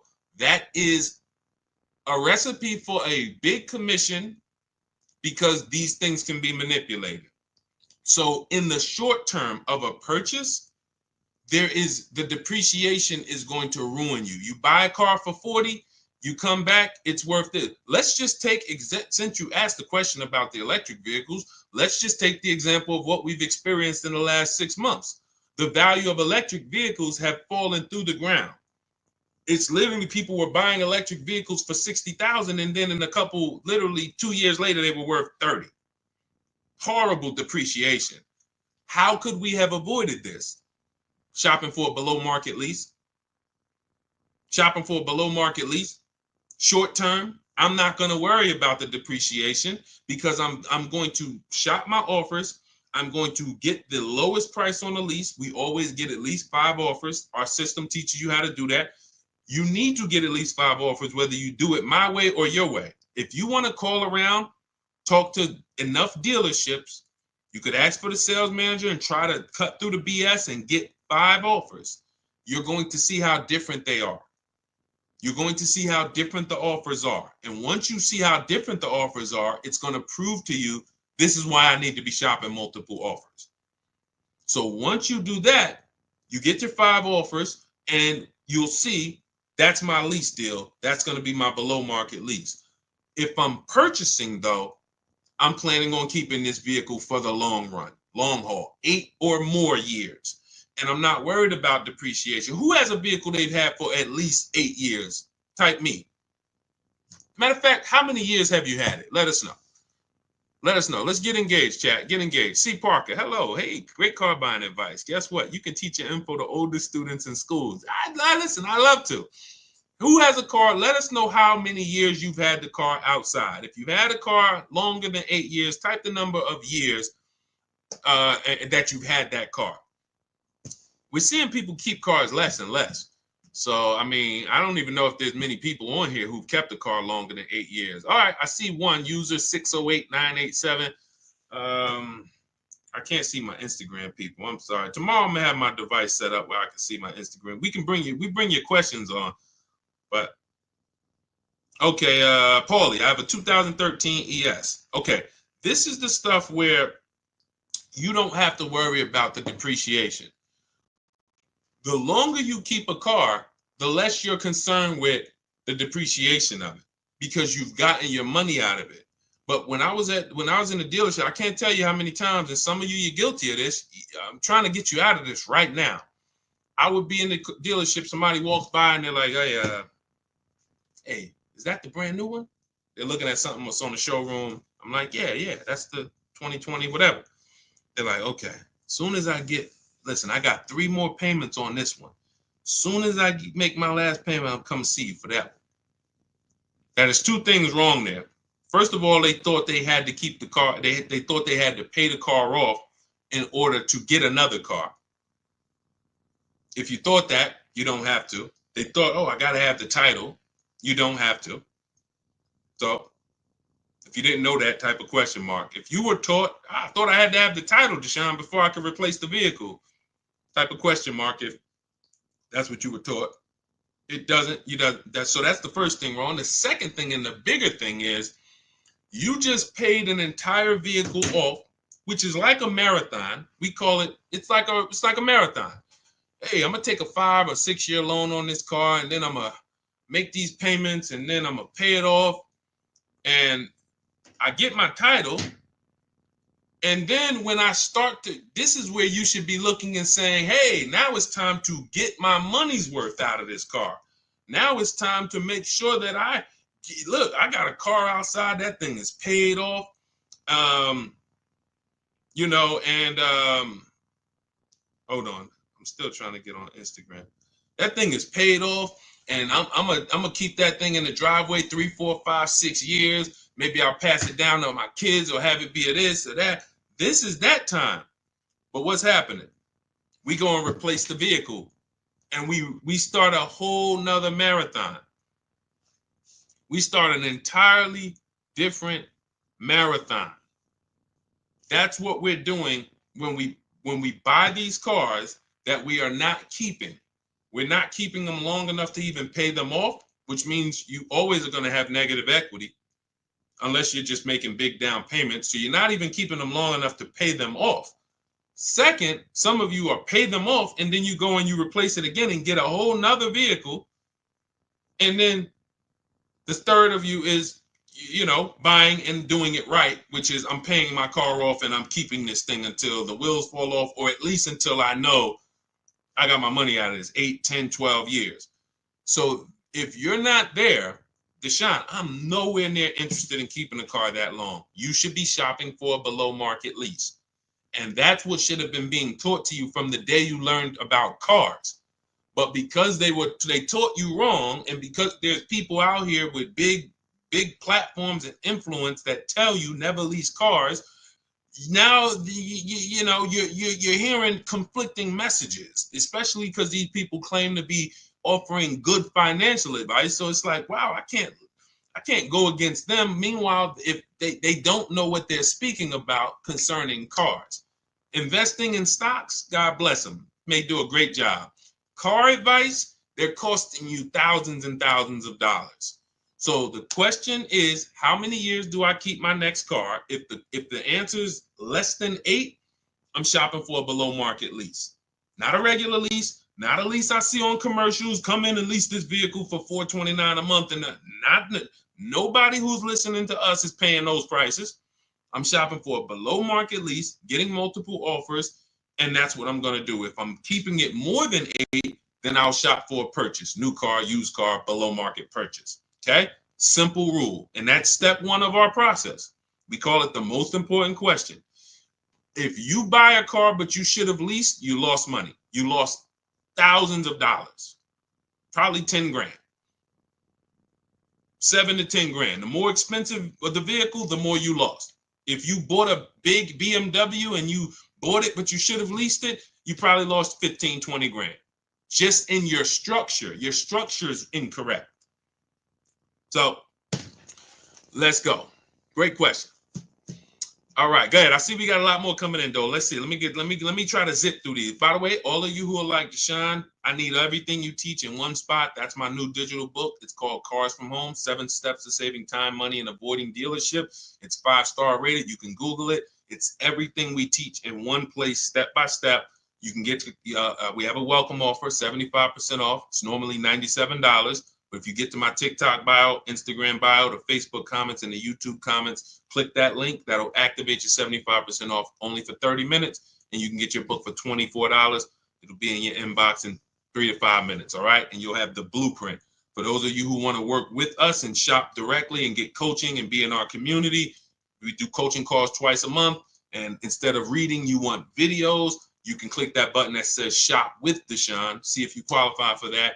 And either way, that's our way of making sure that you have no excuse on not having access to affordable information to make sure you pay less than everyone else for cars. If the lease has 5K less miles than the terms, will they credit me the difference? No, but you want to do an equity assessment. This is step 2. We just went over step 1, leasing versus buying, most important question. Step 2 is equity assessment. We need to see, can we sell this lease, break even, or make money? What you want to do is call the bank. Do not go to a dealership for this. Call the bank and ask them, what is my payoff? Once they tell you your payoff, you want to write this down. Write down what I'm about to tell you. You're going to go to these 6 websites: CarMax, Carvana, Kelly's Blue Book Instant Cash Offer. Do not use the KBB. You quick put in your year, make, model. It says your car is worth $30,000. Do not use that garbage. You're going to go to Kelly's Blue Book Instant Cash Offer, Driveway, Car Gurus, Sell My Car, and AutoNation, Sell My Car. Those are 6 websites. We get these offers. It'll take about 20 minutes. When they ask you, is the vehicle a lease, a purchase, or owned, put owned. and then you want to see what is the market value of my vehicle, what are those offers, and what is my payoff. Can I break even, or can I make a little money selling this?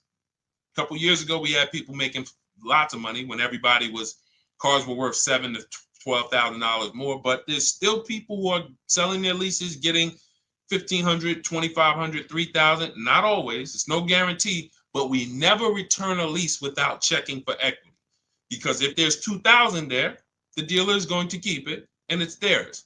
So this is our look like they have a lease in process that they want you to do as a customer. You can call for an inspection. That's their lease in process. In Cars from Home, we have a lease in process. It's called an equity assessment. So you want to see, yes, I'm below my miles. Is there a way that I can potentially pick up some money? Now, there's two types of equity assessments. There's a third-party restricted equity assessment, and there's a non-third-party restricted. It depends on who the lease is with. If the lease is with a company that doesn't have a third-party restriction, then you can just sell it direct to the highest bidder. If there's a lease that has a third-party restriction, then what we're going to do is there's an extra step involved, because we're not going to sell to those companies. We're going to sell to a local dealer. But we're using those 6 offers to evaluate if we even have equity. If you run those offers and you're like, hey, it looks like I got $3,000 to $4,000 or $5,000 of equity, but I have a third-party restriction, then we're going to call a local dealer. I have a script in my book. I'll walk you through who to talk to in a dealership, how to talk to the used car manager. You're going to get your 3 to 5 offers, and you sell to the dealership to get your equity. So either way, we get our equity if we have it, but we do not return a lease without ever doing an equity assessment. Go ahead, Dolan. This is good. If you're getting value out of this, type $signs. Let me know, chat. You're getting value out of what we're doing. I can't listen, Dolan. I can't get to. I'm trying to log in. It's not showing me as live on Instagram. I don't know why. I was trying to come in from a viewer perspective and see. Normally Instagram, I'd be shouting you guys out a lot more, but I cannot. I'm just having trouble getting to you. So on the next stream, we'll make sure you're here. But you guys can see if you type your questions, we bring them in. Shopping for a lease deal on a BMW X3 or Audi Q5. Credit score is 750. What's a good lease deal? We don't know. What you want to do when you estimate, first thing we do to even see if is this a vehicle we should even be looking at, is you take the MSRP, and we base a great deal. There's 3 types of leases: a steal, a great deal, and then it's time to chill. That's actually the verbiage that I use. Time to chill means, look, I like the vehicle, but next. Because what you have to understand about leasing, our system is going to make sure you find the dealer who is going to give you the biggest discount, because it's a numbers game. We have a system we call 25 to 5 for new cars and leases. We're going to connect with 25 dealers online from our house. Every car I get, I'm sitting right here, including the last one. Every car I get is from my living room or from my home office. So we're connecting with 25 dealers online to get at least 5 offers. We pick the best one. And then I have a calculator in my book and in our course where we put the offers in, and it tells you what to counter offer, because we never want to accept a deal without a counter offer. Now, once that's done, we know what the best deal is on that car. It's not going to be the same as the BMW. It's not going to be the same as the last vehicle or the Chevy. Every single vehicle has a different lease program. This is very important to understand. You cannot control the lease program. What is the lease program? The money factor, which is the interest rate from the bank, because you cannot use your own bank on the lease. The interest rate is let's stay on the interest rate. Dealers, the worst dealers, mark up the interest rate because you can't shop for it on your own. So they're going to do something we call padding the interest rate. Thanks for sharing, Jacqueline. I appreciate you. Shout out to the sharers. They're padding the interest rate. So they're going to leave themselves some negotiating room there. Then you have the residual value, and then you have any incentives, any rebates. Those three things make up a lease program, and we have no control over any of those things. Some are much more aggressive based on the fact the manufacturer wants to move the car. They'll put some big rebates on it. They'll put some different incentives on it. The interest rate is going to be low. And some manufacturers have certain cars where they're not going to do that. They might say, okay, for the Range Rover Autobiography, we are not going to do any incentives at all, whatever. That's the lease program. Again, nothing to do with the dealer who's going to be discounting the vehicle. Our system is to find the dealer who's going to say, all right, this is my offer.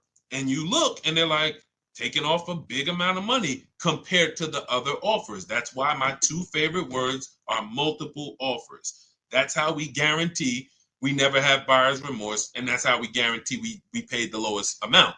So once you now see that there's no way I can control the lease program, now we understand that when let's go back to the three types of lease deals. A steal is a 1% lease. A 1% lease is you look at a $40,000 vehicle, when you get your offers, it's $400 a month or less, no money down. The payment that we get is 1% of the total MSRP or less. I just got one on my Infinity truck, $54,000. It was $499 with $1,200 out of pocket. Probably would have been, with first payment out of pocket. We always shop with first payment. We have templates for this, so you don't even have to worry about putting this together unless you want to do it on your own. Do it your way. That's fine. You can try to remember this. But in my book, and when we're shopping together, we have templates. You copy and paste this stuff, so you don't have to remember this. But the 1% lease is 1% of MSRP. I would say my lease on that Infinity truck would have been, it's $499. It probably would have been about $512, $515 maybe, and it's a $54,000 truck. So it's less than 1% of the MSRP. That's what we call a steal. But you need a great lease program to get a steal. It's not just the fact the dealer took off $8,000. He would have took off $8,000 just by us, using our shopping system. But if he had a bad lease program, then it wouldn't have been $499. It would have been $690. Lease program is bad. So we don't know what these are going to be until we shop for them. Now, we do have the 1.5% rule. It's very important because many people, when I first started talking about leasing, I knew people were going to go out there, not learn about how to get great leases. They were just going to go into dealerships and say, hey, I want to lease. I saw this guy on, Instagram or TikTok. He told me I shouldn't be buying cars anymore. Man, show me what a lease looks like. And you're going to get an overpriced lease because you don't know how to shop for them. So now person shows you a lease, you're like, okay, well, look, that sounds better than, if I was to buy it. I'll take it. So then we created the 1.5% rule. So you would know if your payment with no money out of pocket is more than 1.5% of the MSRP, you've now overpaid for the lease. It doesn't make sense to lease the vehicle. And that does not mean you go into a dealership, hey, get me under 1.5, because then you're going to lose. You're going to lose. See, I want to use a real case of how I remember Zafrina. Zafrina was shopping for a, where's her deal? Here it is. Zafrina was shopping for a Jeep Grand Cherokee 2024. And she's in our program, and she asked me, she said, Deshone, I'm shopping for the gas vehicle. Best offer I got was like 1.19. I'm like, it's a great offer. But she was coming out of a Jeep that she had already had, and it was under 1%. So she was like, I really like to see the 1%, but she's like, I can't get it. But she said, the dealer said to me, if I took this other version, which is an electric version, that I could get it to 1%. And then I said, well, if you're going to change vehicle, you now need to run the process for that vehicle to see what the best offer is. Don't let that dealer flip you from a regular one to an electric and then tell you, well, I'll get you to the 1%. No, run the offers now and see what the below market price is on the electric. She did it. It didn't take her more than a day. She hit me back in our group and she said, look, I picked this up, end up getting a 0.88% lease, $579 a month, $66,000 vehicle. That is why we never go in telling people, hey, get me to 1%, get me to 1.2, get me to 1.5. No, that is the way to overpay. We sit at home, we get our offers, we work the system, and then we let the best deal reveal itself. When Milligan saved, look, I'm going to go back to Milligan. She got $27,000 off her Mercedes here. You guys can't see this on TikTok, but if you ever watch the replays on YouTube or on Facebook, you'll see $20,000. It's a $79,000 vehicle. She got $20,300 off from home using the Cars from Home system. She didn't know she was going to save $20,000.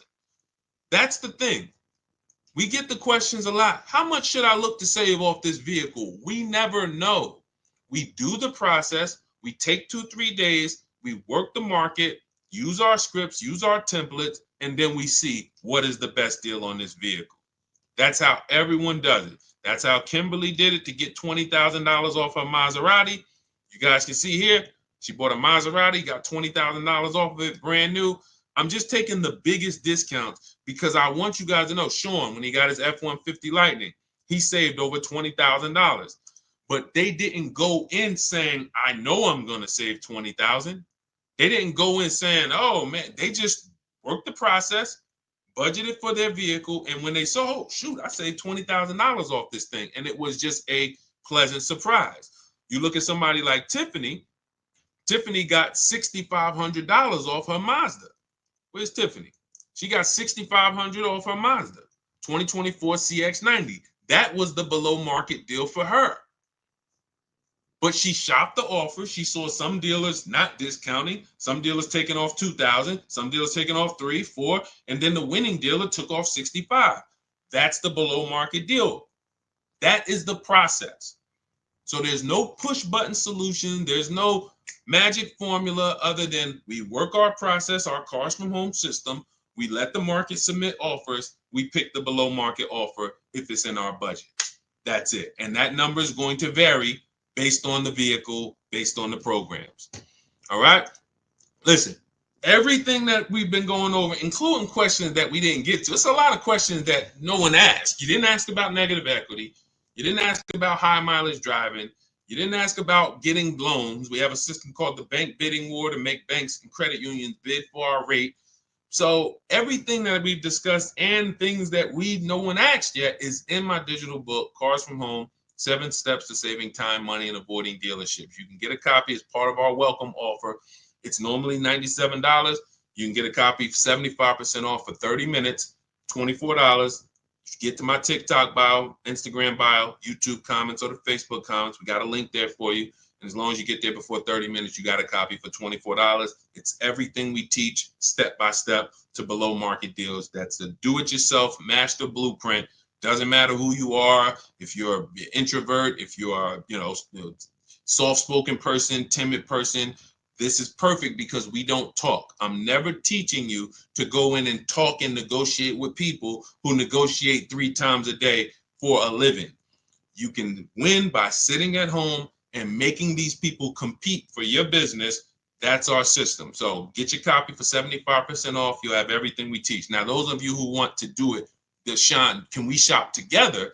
We have a done with you program. You can go to those same links in the bios and in the comments, and you'll see a link that says shop with Deshone. See if you qualify, and then we'll walk you through the entire process through video form. We have our Facebook community where you can ask questions and get support, and you're in a community with 1,600 people in our Facebook group alone, and we do coaching calls twice a month. So get in where you fit in. Does not matter. Just make sure you are using what we are talking about, because corporate greed is out of control. No one cares when you overpay for a car but you and your family. No one cares. The dealer doesn't care. The government doesn't care. There's no lawyer who's going to say, oh, man, wow, you paid how much? Man, I'm going to help you get that money back. Nobody cares. So we make sure we arm ourselves with the right information so that we make sure when we shake our hand and drive off in that new car, we guarantee we didn't leave any money on the table. That's what I want for you. So God bless you. I will check back in soon. We'll be, see you on another stream, and keep unlearning and relearning.